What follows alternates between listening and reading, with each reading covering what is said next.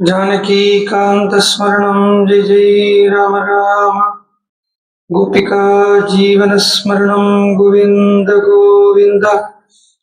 सद्गुरुमूर्ति की जय। गुरुर्ब्रह्मा गुरुर्विष्णुर्गुरुर्देवो महेश्वरः। गुरु साक्षात् परं ब्रह्म तस्मै श्री गुरवे नमः। गुरवे सर्वलोकानां भिषजे भवरोगिणां निधये सर्वविद्यानां दक्षिणामूर्तये नमः। यस्य स्मरणात्रेण नाम भक्तिः प्रजायते तं नमामि यदि श्रेष्ठं बोधेन्द्रं जगदां गुरुं।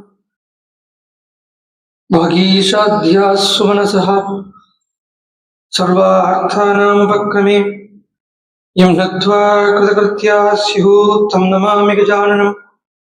दोर्भिर्युक्ता चतुर्भिस्फटिकमणिमयीमक्षमालां ददाना हस्तैनैकेन पद्मं सितमपि शुकं पुस्तकं चापरेण भासा कुन्देन्दुशङ्खस्फटिकमणिनिभा भासमाना असमाना सा मे वाग्देवतेयं निवसतु वदने सर्वदा प्रसन्ना।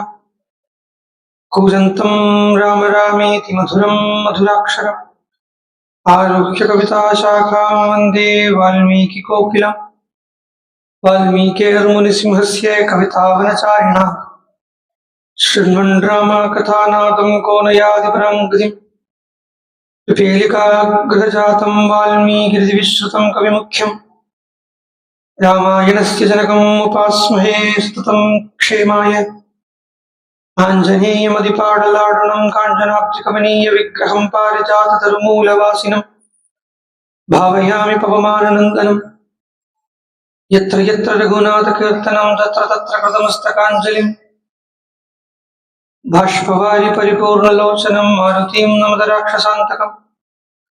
वेदवेद्ये परे पुंसि जाते दशरथात्मजे वेदः प्राजेदसादासीत् साक्षात् रामायणात्मना। वैदेही सहितं सुरद्रुमतले हैमे महामण्डपे मध्ये पुष्पकमासने मणिमये वीरासने सुस्थितम्। अग्रे वाचकति प्रभञ्जनऋते दत्तं मुनिभ्यः परम् व्याख्यान्तं भरतादिभिः परिवृतं रामं भजे श्यामळम्। नमोऽस्तु रामाय सलक्ष्मणाय दिव्ये च तस्यै जनकात्मजायै। नमोऽस्तु रुद्रेन्द्रियमानिलेभ्यो नमोऽस्तु चन्द्रार्कमरुद्गणेभ्यः। सकृदेव प्रपन्नाय तवास्मीति च याचते अभयं सर्वभूतेभ्यो ददाम्येतत्प्रदं मम। योऽन्तः प्रविश्य मम वाचमिमां प्रसुप्तां सञ्जीवयत्यखिलशक्तिधरस्वधाम्ना। अन्यांश्च हस्तचरणश्रवणत्वगादीन् प्राणान् नमो भगवते पुरुषाय तुभ्यम्। किरातहूणान्द्रपुलिन्दपुल्कषाः आपीरकङ्कायवनात्कसादयः येऽन्ये च पापाः यदुपाश्रयाश्रयाः शुध्यन्ति तस्मै प्रभविष्णवे नमः। नयन्ती सङ्कोचं सरसिजरुजं दिक्परिसरे सचन्ती लौहित्यं नखकिरणचन्द्रार्धखचिता। कवीन्द्राणां वृत्कैरविकसनोद्योगजननी स्फुरन्ती कामाक्ष्याः चरणरुचिसन्ध्या विजयते। शान्तं पद्मासनस्थं सुरमुनिविनुतं मैथिलीं वामभागम् रुद्रादिसुरविनुतं गुरुसार्वभौमं श्रीरामचन्द्रं भजे। सप्तप्राकारमध्ये सरसिजमुकुलोद्भासमाने विमाने कावेरी मध्यदेशे मृदुतरफणिराट् भोगपर्यङ्कभागे निद्रामुद्राभिरामं कटिनिगडशिरः पार्श्वविन्यस्तहस्तम् पद्मादात्रीकराभ्यां परिजितचरणं रङ्गराजं भजेऽहम्। जानकीकान्तस्मरणं जय जय राम राम।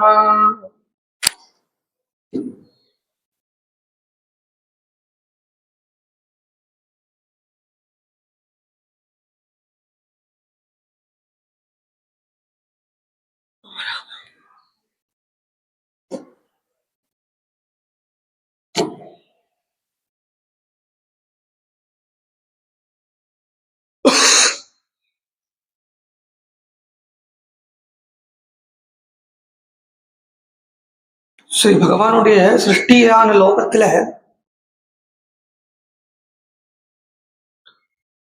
ஆஸ்திகமும் பார்க்க கிடைக்கிறது, நாஸ்திகமும் பார்க்க கிடைக்கிறது. ஆஸ்திகால சிருஷ்டி பண்ணியிருக்கப்பட்ட அதே பகவான் தான் நாஸ்திகாலையும் சிருஷ்டி பண்ணியிருக்கார். எதுக்கு பகவான் போய் நாஸ்திகால சிருஷ்டி பண்ணியிருக்கான் அப்படின்னு கேட்டா, ஆஸ்திகத்துக்கு வளமாகிறதுக்கு தான் நாஸ்திகத்தை சிருஷ்டி பண்ணியிருக்கார். ஆஸ்திகம் நாஸ்திகம் ஒன்று இருந்தா தான் நாஸ்திகம் இருக்கும். ஆனா ஜென்மாவனுடைய லட்சியம் என்னவா இருக்கணும் அப்படின்னு கேட்டா, ஆஸ்திகனாகவோ நாஸ்திகனாகவோ இருக்கிறது இல்லை, பக்தனா இருக்கிறது லட்சியமா இருக்கணும். அந்த பகவானை அடையிறதுதான் லட்சியமா இருக்கணும். அப்ப பக்திங்கிறது ஒண்ணு, ஆஸ்திகம் ஒண்ணு தனியா இருக்கு. லோகம் பூரா பார்த்தோம்னா எல்லாரையும் பக்தால்னு சொல்லிவிட முடியாது. பக்தால் எங்க இருப்பா? எங்கேயோ ஒரு இடத்துல, ஒரு மூலையில ஒரு பக்தர் எங்கேயோ இருப்பான். லோகத்துல இருக்கிறது பெரும்பாலும் கோவிலுக்கு போறது, ஆத்துல பூஜை பண்றது, இது எல்லாமே ஆஸ்திகம். இதுக்கு எல்லாத்துக்கும் ஆஸ்திகம்னு பேர். அதுவும் இன்னைக்கு லோகத்துல பார்த்தோம்னா நிறைய ஆஸ்திகள் தான் இருக்கா, நாஸ்திகள் கம்மி தான். சொல்ல போன ஏதாவது ஒரு முறையில் ஆஸ்திகத்தில் இருக்கிறது தான் இருக்கு. அதுவும் ஏற ஏற ஏற ஏற ஒரு நாளைக்கு ஆஸ்திகம் ஜாஸ்தியாண்டே இருக்க ஒழிய ஆஸ்திகம் கம்மியாகிறதா இல்லை. ஆனா ஆஸ்திகமா தான் இருக்கிறது, பக்தியா மாறலை. ஆஸ்திகம் அப்படின்னா பகவான் இருக்கான் அப்படின்னு ஒரு நம்பிக்கை. பகவான் இருக்கான்ங்கிற நம்பிக்கையில் என்னன்னா, அந்த பகவான் நமக்கு அனுகிரகம் பண்ணுவான், அந்த பகவான் நமக்கு கிருபை பண்ணுவான், அந்த பகவான் நமக்கு வீடு வாசல் எல்லாம் வாங்கி தருவான், அந்த பகவான் நமக்கு எல்லாத்தையும் பார்த்துப்பன், ஆரோக்கியம் ஏதாவது உடம்புக்கு வந்து அந்த பகவான் பண்ணிப்பன். இது எல்லாமே ஆஸ்திகம் தான். இது பக்தி அப்படிங்கிறத கூட்டத்துல பூர்ணமா சொல்ல முடியாது. பக்தி அப்படிங்கிறது ஒன்றும் தனியா இருக்குது. இது ஆனா இது எல்லாமே என்ன பார்த்தோம்னா, இது எல்லாமே பகவான் அதை கேட்டகரைஸ் பண்ணிட்டாங்க பகவத்கீதையிலேயே.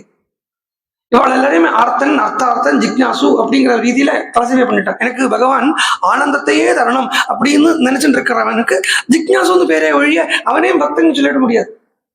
பகவான் எனக்கு சுகத்தையே தரணும், பகவான் எனக்கு ஆனந்தத்தை தரணும் இப்படின்னு சொல்றத பக்தன் கூட சொல்லிட முடியாது. அவனா ஜிக்னாசு சொல்லல, மோக்ஷு சொல்லல.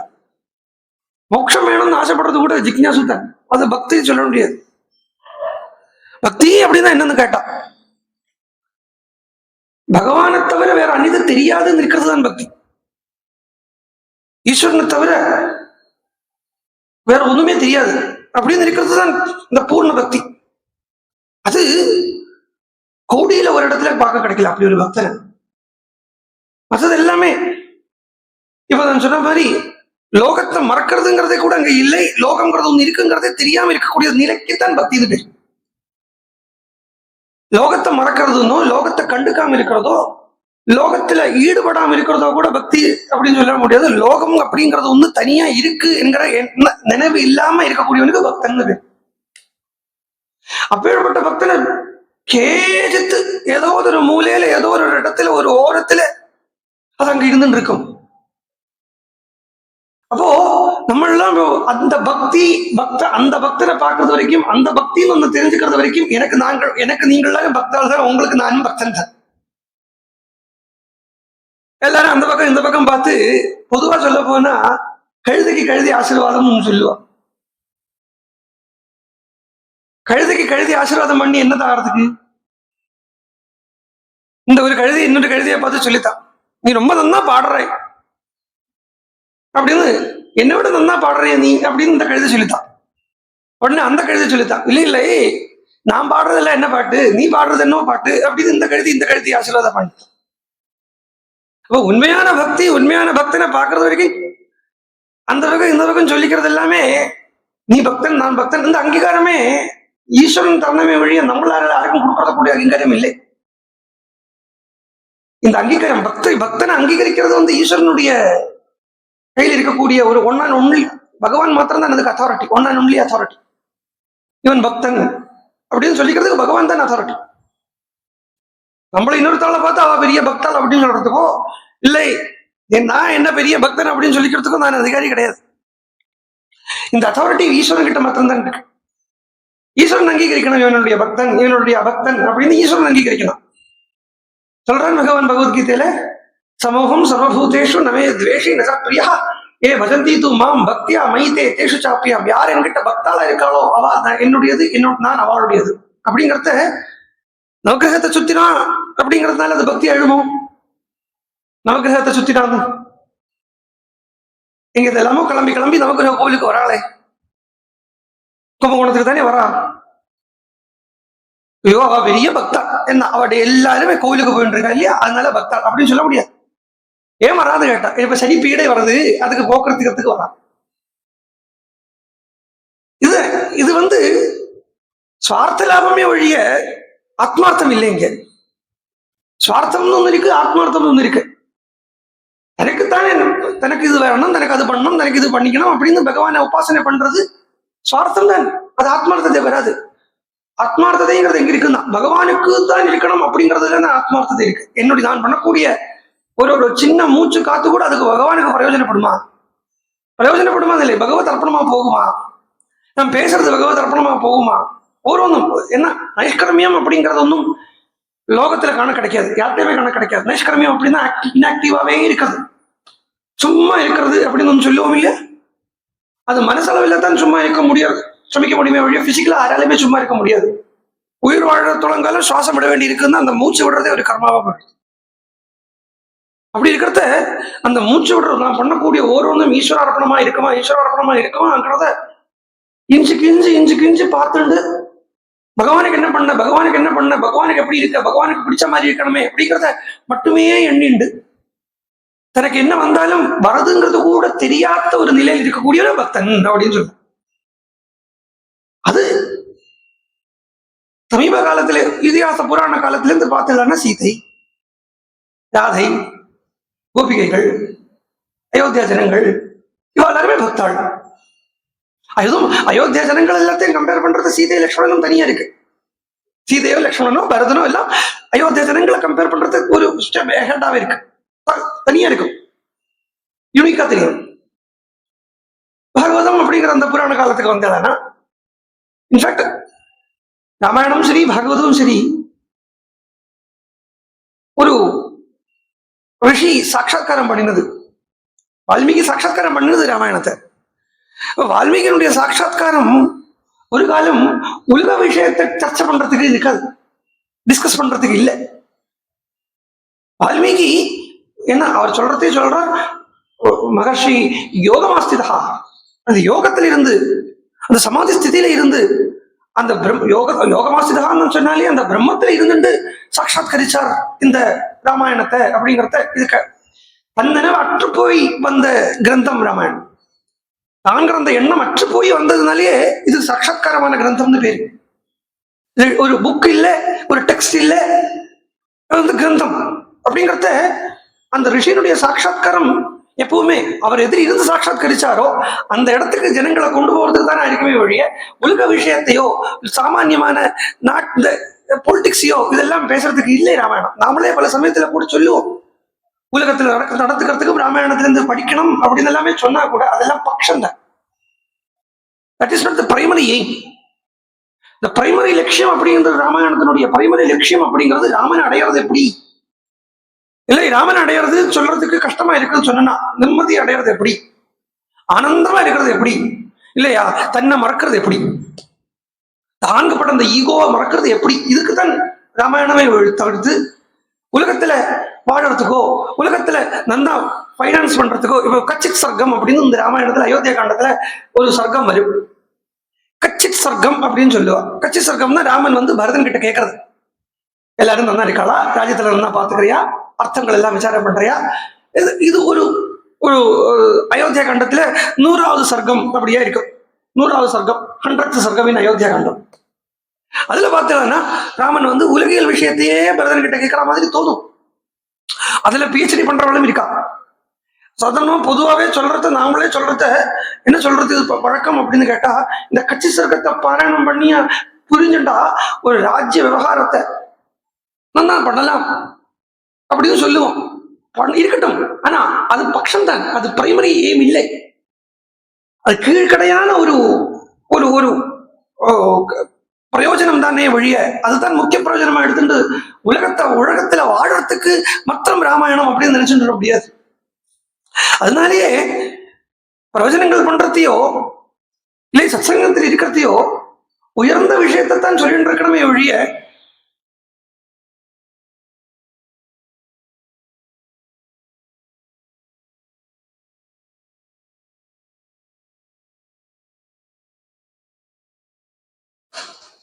சத்சங்கத்திலேயோ பிரவச்சனத்திலேயோ உயர்ந்த விஷயங்களைத்தான் சொல்லணுமே ஒழிய உயர்ந்த விஷயங்கள் அப்படிங்கிறத புரியறதா அப்படிங்கிறத கூட நம்ம நம்ம கேட்கிற சமயத்துல புரியறதான்னு நினைச்சுக்க வேண்டாம். ஏன்னா சொல்ல வேண்டிய சமயத்துல இருக்க வேண்டிய சமயத்துல உயர்ந்த இடத்துல அந்த மனசை கொண்டு வைக்கணும், உயர்ந்த தளத்துல மனசை கொண்டு வைக்கணும். உலகத்துல சாதாரணமா இந்த உதாரணம் சொல்றத கூட ரொம்ப லௌகிகமா கீழ்மட்டமா திரையான உதாரணங்கள்லாம் சொல்லப்படாது. ஏன்னா இங்க இந்த அட்லீஸ்ட் இந்த 2 மணி நேரத்தையாவது பகவானே நினைச்சுட்டு இருக்கிறதுக்கு, உயர்ந்து இருக்கிறதுக்கு, மனசை உயர்ந்த இடத்துல கொண்டு வைக்கிறதுக்கு பிரயத்னிக்கவே வழிய அப்பவும் இந்த கீழ்கண்ட உதாரணங்களை சொல்லிட்டு இருந்தா அப்புறம் இந்த பிரவச்சனம் அப்படிங்கிறது என்னுடைய வார்த்தைக்கு அர்த்தம் இல்லாம போயிடும். மத்ததெல்லாம் பிரசங்கம் சொல்றான், டாக் சொல்றா, லெக்சர் சொல்றா, இதுக்கு மாத்திரம் பிரவச்சனம்னு சொல்றோம். பிரவச்சனம் அப்படின்னு சொன்னாலே அது உபனிஷத் சப்தம். பிரவச்சனம் அப்படிங்கிறது உபனிஷத் சொல்லுது. உபனிஷத் சொல்றத ஆச்சாரிய பூர்வ ரூபம், அந்தேவாசித்திர ரூபம். ஆச்சாரிய பூர்வ ரூபம், அந்தேவாசித்திர ரூபம், வித்யாசந்தி பிரவச்சனகம். கேக்குறதா உங்களுக்கு? கேக்குறதா? வித்யாசந்தி பிரவச்சனகம் சந்தானம் அப்படின்னு சொல்றத, இந்த பிரவச்சனம் அப்படிங்கிறது உபனிஷத் சொல்.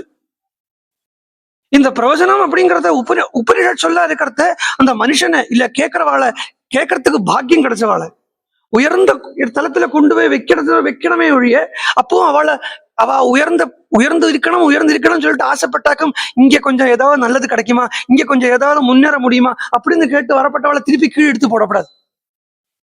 திருப்பி உலக விஷயத்தையே சொல்லி, மட்டமான உதாரணங்களை சொல்லி, தன்னை பத்தியே சொல்லி, இல்லாட்டினா பிறரை பத்தி சொல்லி, இதை சொல்லி கீழே கொண்டு திருப்பியும் போடப்படாது. இது மகா பாவம். அப்போ இந்த சமயத்துல உயர்ந்த விஷயங்களை தான் டிஸ்கஸ் பண்ண வேண்டி இருக்கு. அப்போ ராமாயணம் அப்படிங்கிறது ஒரு கிரந்தத்தினுடைய அந்த மகர்ஷியினுடைய நிலையில இருந்து பார்க்கணும் கொஞ்ச நேரம். அட்லீஸ்ட் அந்த மகர்ஷி வால்மீகியினுடைய நிலைய அனுபவிக்க முடியுமான்னு ட்ரை பண்ணி பார்க்கணும். புரியுறதோ உங்களுக்கு? அது அந்த வால்மீகியினுடைய நிலையில இருக்க முடியும். என்ன வால்மீகி என்கிற அந்த மகர்ஷி ராமாயணம் பண்ணினது ஜஸ்ட் ஒரு சாமான்யமா லோகத்தை நடத்துறதுக்கோ ஆம்படன் பொண்டாட்டி சண்டைய சொல்றதுக்கோ இது ஒன்றும் அல்ல.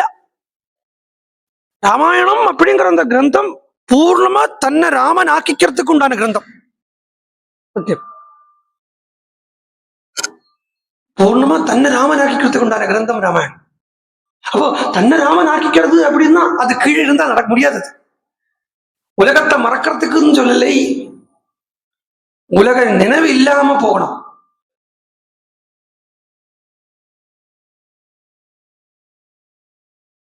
உலக நினைவு இல்லாம போகணும். இப்போ ஒரு ஆள் இங்க வந்தாலே நம்மளுடைய திருஷ்டியில அந்த பக்கம் போறது, அப்ப எங்க உலகம் இல்லாம போறது? அதான் பார்த்தேன். சரி, அவ போயிட்டு ஆரம்பிப்போம் அப்படின்னு நினைச்சேன். ஏன்னா அதுக்காக லோகத்தை திருத்தறதுக்குன்னு யாராலையும் கிளம்ப முடியாது. யாராவது ஒருத்தர் லோகத்தை திருத்தறதுக்கு அப்படின்னு கிளம்பினா அல்டர் ஃபெயிலியர்ல போயிடும். தானும் கெட்டுடுவான், அவளையும் கெட்டுத்துருவான். முடியாது. லோகத்தை திருத்துறது அப்படிங்கிறது முடியாது. இப்ப முதல்ல என்ன வேணும்னா ஆத்மன முச்சதான். தான் முதல்ல அடைய வேண்டியது அடைஞ்சிடுவோம். தான் முதல்ல அடைய வேண்டியது அடைஞ்சு சுவார்த்தமா அப்படியே வச்சுக்காம அது அப்புறம் எல்லாருக்கும் கொடுக்கறதுக்கு பார்ப்போம். பாக்கியம் உள்ளவன் எடுத்துட்டு போறேன், இல்லாட்டனா விட்டுட்டு. பாக்கியம் உள்ளவனுக்கு கிடைச்சிட போறது, இல்லாட்டனா விட்டுற போறது. எனக்கு கூட்டம் இல்லையே கவலை இல்லை. இதுல இல்ல விஷயம், கூட்டத்துல இல்ல விஷயம். கூட்டம் இருக்கிறதுங்கிறது பிரிவையும் இல்லை. சொல்றத கேட்கறதுக்கு ஒருத்தனுக்கு புரியாதா, இல்ல ஒருத்தன் அதை உள்ள வாங்கிக்கிறானா, சமாதானம், சந்தோஷம். என்ன நிறைய கூட்டம் இருந்தாலும் கஷ்டம் உள்ள ஏறாது. சொல்றவனும் கூட்டத்தினுடைய மூஞ்சியை பார்த்துட்டே சொல்லலாம். ஒருத்தனுக்கு நம்ம சொல்ற விஷயம் ரசிக்காது அப்படின்னு வரத அவனுக்கு ஏத்த மாதிரி கொஞ்சம் கொலோக்கியலா ரொம்ப சீப்பா உன்னை ஜோக்ஸ் எல்லாத்தையும் சொல்லி அவளை சிரிக்க வைக்கிறதுக்கு பிரயோஜனம். சிந்திக்க வைக்கிறதுக்கு என்ன பிரயோஜனம்? பிரயோஜனம்ங்கிறது சிரிக்க வைக்கிறதுக்கு இல்லையே. அதுக்கு காமெடி எல்லாம் இருக்கு, நாடகமா பார்த்துட்டு போயிடலாமே. ஏன் ஜோக்கு சொல்றான், சிரிக்க வைக்கிறான் அப்படின்னு சொல்றதுக்கு நாடகம் பார்த்துட்டு போயிடலாம். பிரயோஜனம்ங்கிறது உயர்ந்த விஷயம், அது உயர்ந்த அனுபவத்தை கொடுக்கக்கூடிய விஷயம், அது உயர்ந்த அனுபவத்தை பிரதானம் பண்ணக்கூடிய நேரம். அது ரொம்ப சேக்ரட்டான ஒரு நேரம். அப்போ அந்த இடத்துல உலகத்தை எந்த அளவுக்கு விட்டு விட்டு பகவானையே ஆசிரியிக்க முடியுமோ, பகவானையே நினைச்சுக்க முடியுமோ, பகவான் கூடவே இருக்க முடியுமோ, அதுக்கு பிரயத்தனிக்கணும். இது சீதை பிரயத்தனிக்கிறான். இவன் தான் பகவான் நீ சொல்றார், பகவானே சொல்றார், சீதை நீ இங்கே இரு, நீ அயோத்தியால இரு, நீ இப்ப என் கூட வர வேண்டாம் அப்படின்னு சொல்லாமைக்கு முதல்ல ராமன் என்ன சொல்றார் சீதை கிட்ட, சீதை அப்பா எனக்கு 14 வருஷம் வனவாசத்தை தந்திருக்கார், அந்த வனத்துக்கு நான் போறேன், நான் வனத்துக்கு போறத நீ அயோத்தியால சௌக்கியமா இரு, சத்ருகுனால வருவா, அவளை நீ உன் குழந்தையாட்டம் பார்த்துக்கோ, இப்படி ராமன் சொல்லிட்டு கிளம்பலாம் அப்படின்னு முயற்சிக்கிறதையே சீதைக்கு சொல்லிட்டேன். அதெல்லாம் இது இந்த பாகம் வரைக்கும் நேற்றுக்கு வந்துடுத்து. ராமன் சொல்றார், சீதை சொல்றா ராமன் கிட்ட, என்ன பேசுற ராமா, ஏமுக்த்வா துவை தேஹி பிரியார்ஹா பிரியவாதினி பிரணயாதேவ சங்குருத்தா பர்த்தாரம் இதம் அப்ரவீத். பகவான் கிட்ட கேட்கிறா, பிரணயாதேவ பகவான் மேல இருக்கக்கூடிய அதீவமான அந்த பிரியத்தால, என்னுடைய பகவான் அப்படின்னு இல்லை அவனுடையவன் தான் அப்படிங்கிறத அவனால என்ன எப்படி உபேட்சிக்க முடியும் அப்படிங்கிற அந்த எண்ணத்தோட ராமன் கிட்ட கேட்கிறா, கிமிதம் பாஷசே ராமா வாக்கியம் லகுதயா துவயா. என்ன பேசினாய் ராமா, துவயா யதபாஸ்யம் மே சுத்வா நரவரோத்தமா. நரவரோத்தமா, ராமா நீ சொல்றதை கேட்டு நான் உயிரோடு இருக்கேன் பாத்தியா, அதுதான் நான் பண்ற தப்பு. ஏன்னா இது ஆரியமான பேச்சு இல்லையே, ஆனா உன்னையும் எல்லாரும் ஆரியபுத்திரா அப்படின்னு கூப்பிடுறாங்க. ஆரியம் அப்படின்னா உயர்ந்ததுன்னு அர்த்தம். பகவான பக்தன் தியாகம் பண்றது ஒன்று நடக்கிறது. பகவத் விஷயத்த பக்தன் தியாகம் பண்றதுங்கிறது உலகத்துல நடக்கிறது. ஆனா பக்தனை பகவான் தியாகம் பண்றதுங்கிறது எங்கேயுமே நடக்காது. அப்ப நீ என்ன இங்க விட்டுட்டு போகணும் அப்படின்னு பாக்குறியே, உன்னால எப்படி என்ன விட முடியாது? ஆரியபுத்திர பிதா மாதா பிராதா புத்திரஸ்ததா சுஷா ஸ்வானி புண்ணியானி புஞ்சானஹ சம்சம் பாக்யம் உபாசதே பர்த்துர்பாக்யம் து நார்யேகா பிராப்னோதி புருஷர்ஷபா. லோகம் அப்படிங்கிறது எல்லா இடத்துலயும் இருக்கு. ஜனங்கள் இருக்கா, அப்பா இருக்கா, அம்மா இருக்கா, இங்கதான் தனியா இருக்கேன் அப்படின்னு நினைச்சுக்க வேண்டாம். இங்க மாமனார் இருக்கார், மாமியார் இருக்கா, அவ இருக்கா, இவ சொந்தக்காரா இருக்கா, அவ கூட இருந்துடுவேன் அப்படின்னு சொல்லலாம். ஆனா அவ எல்லாம் இருந்தாலும் நீ இருக்கிற மாதிரி ஆகுமா? இவ இத்தனை பேர் கூட நான் இருக்கேன், அது உன் கூட இருக்கிற மாதிரி ஆயிடுமா? இன்னொன்னு, இவ எத்தனை பேர் கூட இருந்தாலும் எனக்கு அந்த அபூர்ணத்தை தானே இருக்கும். ஆனா உன் கூட நான் இருந்துட்டேன் அப்படின்னா எனக்கு இவ கூட எல்லாம் இருந்த மாதிரி இருக்குவேன்.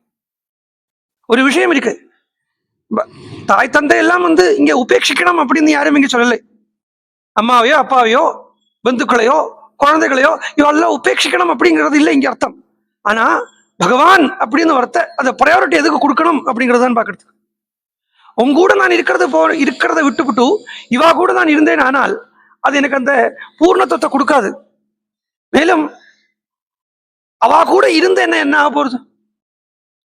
அதெல்லாம் அவாவா பாக்கியத்துக்கு அவாவா எடுத்துட்டு இருக்காளே ஒழிய, நான் பதிரே நாரியேகா பிராப்னோதி புருஷா பர்துர்பாக்யம். பர்த்தாவினுடைய கூட இருக்கக்கூடிய பாக்கியம் அப்படிங்கிறது அந்த நாரி அந்த ஸ்திரீக்கு மாத்திரம் தானே கிடைக்கும் அப்படின்னு சீதை கேட்கறத இங்க பக்தை பகவான் கிட்ட பேசுறதுன்னு எடுத்துக்கணும். எந்த ஒரு பக்திக்குமே, எந்த ஒரு பக்தனுக்குமே இந்த பக்திங்கிறத நான் சொன்ன அந்த ஞான பக்தி, அந்த பூர்ண பக்தி, அந்த பிரேம பக்தி நிரம்பி இருக்கப்பட்ட அந்த பக்தனுக்கு எதுல கொண்டு வச்சாலும் அவனுக்கு திருப்தி இருக்காது.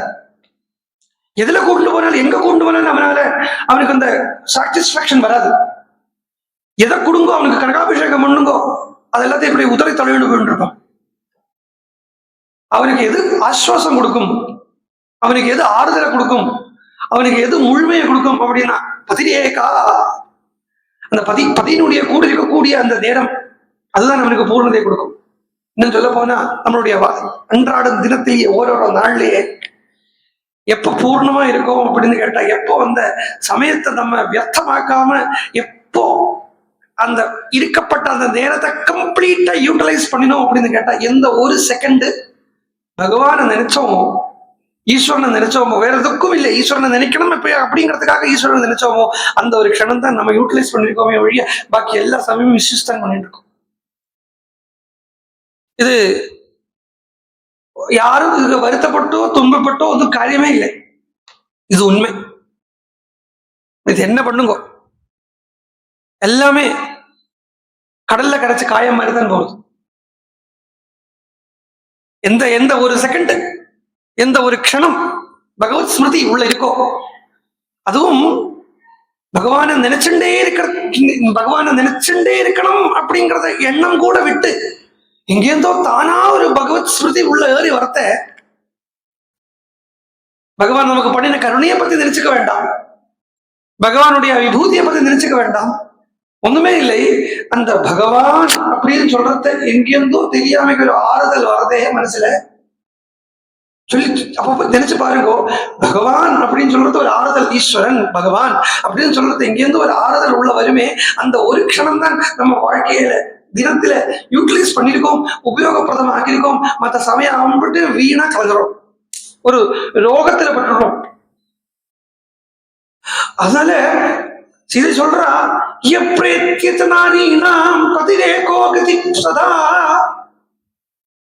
பக்தனுக்கு யாரு கதி? பக்தனுக்கு யாரு கதி? பக்தனுக்கு கூட பிறந்தவாளோ கணவனோ மனைவியோ யாருமே கதி இல்லை. பக்தனுக்கு இல்லை, அவக்தனுக்குமே யாருமே கதி இல்லை. எதையே அவ இருப்பா அந்த அப்பான அந்த எண்ணத்தோடு இருந்து இருப்போமே ஒழிய சத்தியம் அப்படின்னு சொல்றது போனா யாரும் கூட வரப்போறது இல்லை. கூட வரது இருக்கட்டும், கூட போறது இருக்கட்டும், தன்னுடைய செல்ஃப்லெஸ்னஸ்ல யாரும் நமக்கு இந்த செல்ஃப்லெஸ்ஸா யாரும் நமக்கு ஒண்ணுமே பண்ண போறது இல்லை. தன்னுடைய கம்ஃபர்ட் ஜோன், தன்னுடைய சுகம், தன்னுடைய சௌக்கியம், இதுக்கு எல்லாத்துக்கும் உள்ள நின்றுதான் பாசத்தை வைக்கிறாங்களே ஒழிய யாருமே பந்துக்களாகட்டும் நண்பர்களாகட்டும் எல்லாம் தன்னுடைய கம்ஃபர்ட் ஜோனுக்குள்ள உட்கார்ந்து தான் பாசத்தை வைக்கிறாங்களே ஒழிய இந்த கம்ஃபர்ட் ஜோன்ல இருந்து வெளியில வந்து யாரும் யார் மேலேயும் பாசம் வைக்கிறது இல்லை. அப்படி ஏதாவது பாசம் வைக்கிற மாதிரி தெரிஞ்சிருந்தானா அதுக்குள்ள ஏதாவது ஒரு செல்ஃப் இன்ட்ரெஸ்ட் அதுல இருக்கும். லோகத்துல பார்த்தேன்னா உலக விஷயத்துல பாசம் தான் இருக்கே ஒழிய பிரியம் அப்படிங்கிறது காண்றது ரொம்ப துல்லகம். அந்த பிரியம் அப்படின்னு காண முடியாது எங்க கேட்டா குருவின் இடத்துல தான், பகவான் இடத்துல தான். பகவான் தான் எந்த விதமான காரணமும் இல்லாமைக்கு பிரியம் வைக்கிறார். ஆனா பகவான் கூட காரணம் இல்லாமைக்கு பிரியம் வைக்கிறது, ஏன் பிரியம் வைக்கிறார் அப்படின்னா அது ஒரே ஒரு ஸ்டேட்மெண்ட், எல்லாரும் என்னுடையது இல்லையா அப்படிங்கிற அந்த ஒரு எண்ணம்.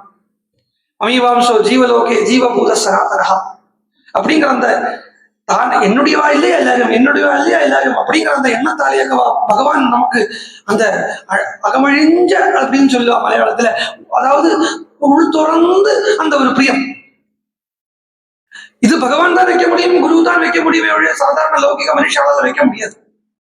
லௌகிக மனுஷால நம்ம மேல என்ன பிரியம் வச்சாலும் அதுக்கு பின்னாடி செல்ஃப் இன்ட்ரெஸ்ட் இருக்கு. நல்ல செல்லிட போட்டு தெரிஞ்சு பாருங்க, உங்களுக்கே தெரியும்.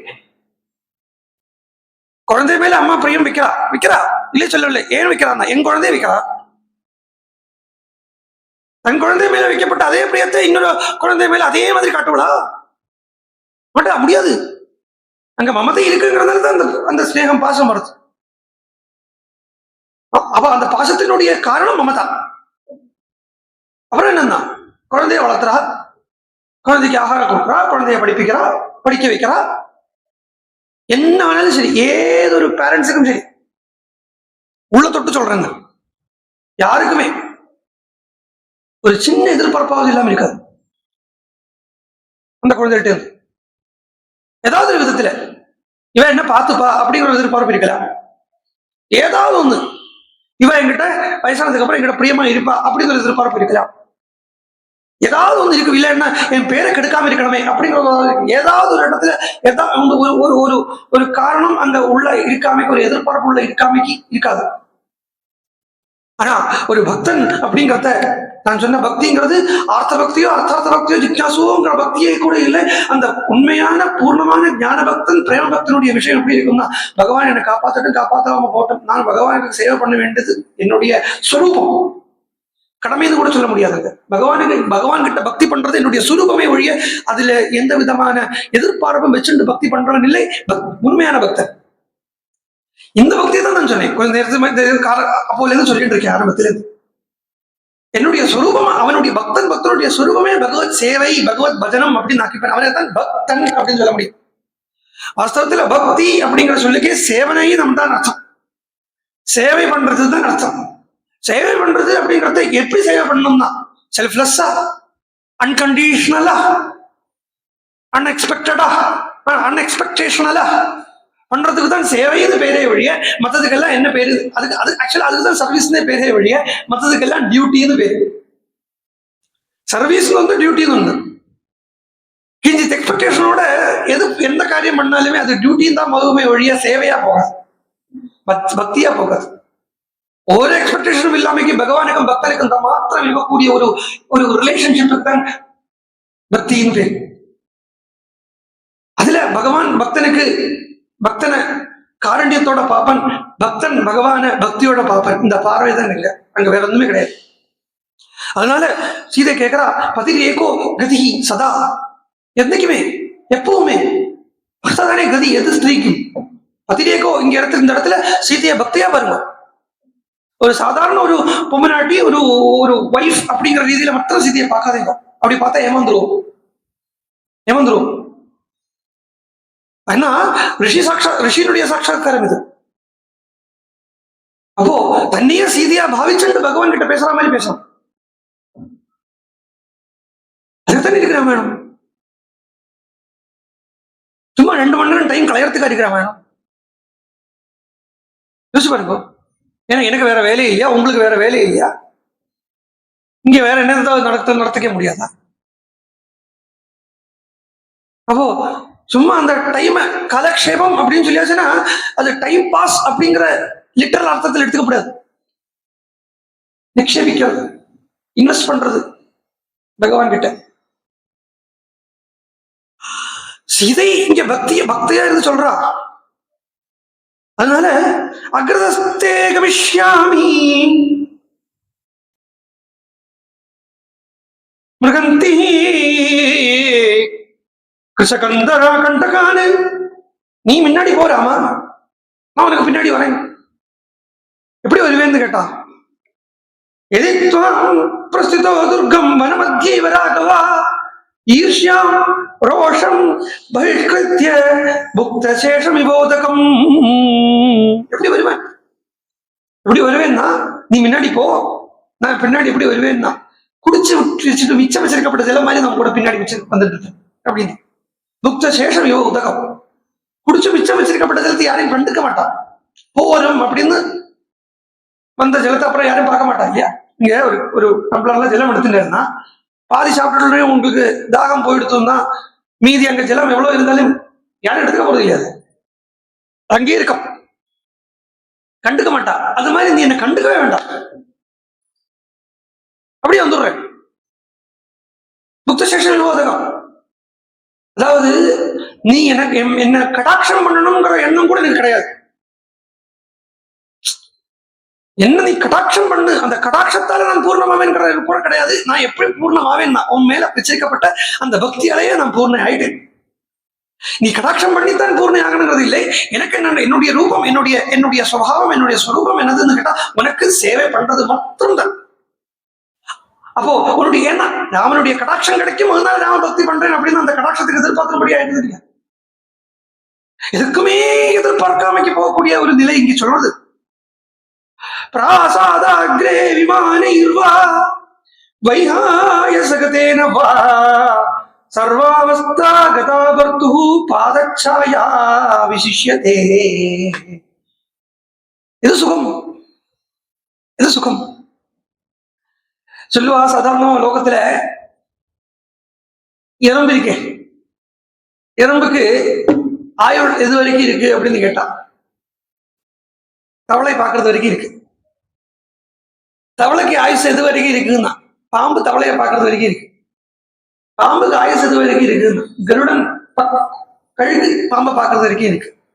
கழுகுக்கு ஆயுசு எது வரைக்கும் இருக்குன்னு கேட்டா, வேடன் கழுகு அடிக்கிறது வரைக்கும், வேடன் கழுக பார்க்கறது வரைக்கும் தான் இருக்கு. இது மாதிரிதான் சுகம், உலகியல் சுகம். இவ்வளவுதான். இப்போ கொஞ்ச நேரம் ஒரு காலத்துல என்ன ஃபேன் இல்லாம இருந்தது, விசிறியே பெரிய லக்ஷரியா இருக்கும். அதுக்கப்புறம் ஃபேன் லக்ஷரியா போச்சு. அதுக்கப்புறம் ஏசி லக்ஷரி ஆச்சு. அதுக்கப்புறம் இது மேல மேல மேல மேல போயிட்டே இருக்கவே ஒழிய ஒரு சீட்டு கொண்டாடு அடிக்கி போயிட்டு தான் இருக்கு. அப்ப இதுக்கு எண்டு கிடையாது. இந்த உலக சுகத்துக்கு அதனுடைய எல்லைக்கு எண்டு இல்லை. அப்போ நான் எங்க இப்போ பகவானை விட்டுட்டோம், ஈஸ்வரனை விட்டுட்டோம், நான் பிராசாதம் தான் உயர்ந்த பெரிய பெரிய மாளிகைகள் இருந்தாலும், விமானத்துல சஞ்சாரம் பண்ணாலும், அதெல்லாம் அந்த கணத்துக்கு சுகமா இருக்கும். மேபி ஃபார் ஒரு 1 இயருக்கு சுகமா இருக்கும். இது சீதையா சொல்லலை, நம்ம சாதாரணமாவே வச்சுங்கோ. மனுஷன் மாற்றத்துக்கு ஆச்சப்படுறான் இல்லையா? ஒரு நாளைக்கு சேஞ்சுக்காவது இன்னைக்கு காஃபி வேண்டாம், இன்னைக்கு வேற ஏதாவது சாப்பிடலாம், அப்படி சேஞ்சு எல்லாருக்குமே ஆசைப்படுறா இல்லையா? இந்த சேஞ்சுக்கு ஆசைப்படுறதுக்கு காரணம் என்ன? அலுப்பு தட்டுறது. எல்லா இடத்துலயுமே ஒரு அலுப்பு தட்டுறது, போர் அடிக்கிறது. போர் அடிக்கிறதுங்கிறது தப்பு கிடையாது. என்ன போர் அடிக்கிறதுங்கிறது உலகத்தினுடைய சுபாவம். அண்ட் இன்னொரு சுபாவம் என்னன்னா, the change is the constant thing in this world. பிரகிருதியும் சேஞ்ச் ஆகும், ஆயிண்டே இருக்கும். மனுஷனும் ஜந்துக்களும் சேஞ்ச் ஆசைப்பட்டுட்டே இருக்கும். மனசு சேஞ்ச் ஆசைப்படும். எல்லாரும் போனா எதுக்கு இவ்வளவு துணி கடை இருக்கு, ஜவுளி கடை, இவ்வளவு ஜவுளி கடை ஏன் வரணும்? விதவிதமா எல்லாத்துலயும் பாருங்க வைச்சித்திரம் தான் இல்லையா? வைச்சித்திரத்துக்கு தான் பின்னாடி போயிட்டு இருக்கு. வைச்சித்திரம்னா வெரைட்டிஸ். இந்த வெரைட்டிஸ்க்கு பின்னாடி ஏன் இவ்வளவு வெரைட்டிஸ் வந்திருக்கு அப்படின்னா, பிகாஸ் நம்மளுடைய மனுஷனுடைய டெண்டன்சி இந்த வெரைட்டிஸ் எதிர்பார்க்கறது தான். இப்போ ராமா உன்னை விட்டுட்டு நான் மாளிகைகள் இருக்கலாம், அது எனக்கு கொஞ்ச நேரத்துக்கு தான் திருப்தி இருக்கு. சஸ்வதமான திருப்தி அது வந்துடாது. விமானத்தில் சஞ்சாரம் பண்ணலாம், ஃபிளைட்ல போறது எல்லாருக்குமே ஃபிளைட்ல போறது அதிசயம் தான். ஃபிளைட்ல போறதுக்கு எல்லாருக்கும் ரொம்ப பிடிக்கும். ஃபிளைட் ஆசைப்படவும் படுவா. எத்தனை நேரத்துக்கு தெரியுமா? 1.5 மணி நேரம் அந்த ஃபிளைட்ல சும்மா உட்காந்து இருந்தா போற அந்த ஃபிளைட் போர் அடிச்சு போயிடும். யோசிச்சு பாருங்க. இங்க இருந்து இப்போ அமெரிக்காக்கெல்லாம் ஃபிளைட்ல போறவங்களுடைய கதி ஆலோசிச்சு பாருங்க. 20 மணி நேரம் உட்காந்து இருக்கணும். எதுக்குடா ஏறணும் இருக்கும். கீழே இருந்து மேல பாக்கறத ஓ போறாளே, ஃபிளைட்ல போறா, எல்லாம் இக்கரை நின்னா அக்கறை பச்சை சொல்லுவா. இந்த பக்கம் நின்றவனா, இந்த கரையில நின்று இருந்தவனா அந்த கரை கிரீனிஷா இருக்கும். பட் அது கண் அப்படி தோதிக்கிறதே வழிய வாஸ்தவம் அது இல்லை. அந்த உலக வாழ்க்கையில இது எல்லாமே இங்க உலக வாழ்க்கைய துச்சம் என கருதி கூட கிடையாது. உலகத்தையே மறக்கிறது, உலகம்ங்கிறது ஒண்ணு இருக்குங்கிறது தெரியாம இருக்கிறது, அதுதான் பக்தி. அப்போ நான் இருக்கேன், நான் அங்க போறேன், நான் ஆகாசத்துல இருப்பேன் அப்படின்னா கூட எனக்கு எவ்வளவு நேரம் வந்து சுகம் தரும்னாமா? ராவணன் இவ்வளவு பிரலோபனம் பண்றேன் இதே சீதையே எல்லாத்தையும் எப்படி தள்ளுறான் தான். திருளம் அந்தரத கிருத்வா பிரத்திவாஜ சொல்லிச்சுட்டான். ஒரு புல்லுக்கு சமமா கூட சீதையை மதிக்கலைன்னு அர்த்தம். திரணத்துக்கும் கீழாவ பாக்குறான் இவ்வளவு ஐஸ்வர்யத்தை. என்ன பக்தாரம் பக்தாம் பதிவிரதாம் தீனம், அவள் திடமா இருக்கா. தெரியாத அவனுக்கு சர்வாவஸ்தையிலுமே எது சுகத்தை தரும் அப்படின்னா பாதச்சாயா சுகாமிருத்தும். சர்வாவஸ்தகதா வர்த்து பாதச்சாயா விசிஷ்யதே. என்ன வேணா இருக்கட்டும், எங்க வேணா கொண்டு போட்டோம். உன்னுடைய திருவடி நிழலில் இருக்கக்கூடிய ஆனந்தம், உன்னுடைய திருவடியில் நிழலில் இருக்கக்கூடிய ஆஸ்வாசம் எனக்கு வேற எங்கேருந்து கிடைக்கும்? எதையுமே எதிர்பார்க்காம உட்கார்ந்து இருக்கக்கூடிய ஒருத்தனுடைய ஸ்திதி எப்படி இருக்கும்?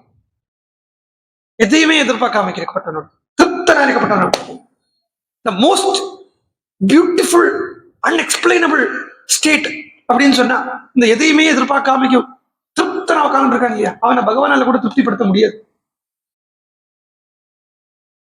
என்ன அவனே பூர்ண திருப்தி ரூபத்தில் இருக்க. எனக்கு என்ன வேணும்? பகவான் வந்து கேட்கற, அவனுக்கு என்ன வேணும்? ஒண்ணும் வேண்டாம். கேட்கணுங்கிற மனசு கூட வேண்டாம். நீ எங்கிட்ட இப்படி வந்து கேட்காம இருக்கணும், அது மாத்திரம் பண்ண முடியுமா? என்ன பண்ண? வேற இடத்துல இருக்க சுகம் விசிஷ்யதே அப்படின்னு சொன்னா எல்லாத்துக்கும் மேல மேல மேல மேல மேல என்ன இருக்குன்னு கேட்டா உன்னுடைய பாத சாயில உட்கார்ந்து இருக்கிறது அது பூரவே நாஸ்மி சம்பிரீதி வர்த்தவ்யா வர்த்திதவ்யம் யதாமயா அனுசிஷ்டாஸ்மி மாத்ராச்ச பித்ராச்ச விவிதாஸ்ரயம். அம்மா அப்பா எல்லாம் இருப்பா, எத்தனை நாளைக்கு இருப்பா? சரீர பந்துக்களோ நண்பர்களோ இல்ல நம்ம பணம் சம்பாதிச்சு வச்சுக்கிற தனமோ எவ்வளவு நாளைக்கு இருக்கு? மேலும் இந்த பக்தி அப்படின்னு சொல்றச்ச, இந்த உயர்ந்த பக்தி அப்படின்னு சொல்றத அது யாரோ சொல்லிக் கொடுத்து வரப்பட்ட பக்தியும் கிடையாது. ஆரம்பத்துல சொல்லிட்டு இருந்தேனே பக்தியை பத்தி, அது யாருமே சொல்லிக் கொடுத்து வரப்பட்ட பக்தி கிடையாது. அப்படி சொல்லிக் கொடுத்து வந்த எவ்வளவு நேரம் இருக்கு தெரியுமா? பிரவச்சனம் முடியறது வரைக்கும் தான் இருக்கும். அந்த எந்த சத்சங்கம் அது முடியறது வரைக்கும் இருக்கும். அப்புறம் திருப்பி என்ன, திருப்பி இறங்குறத கீழே தானே போறோம்.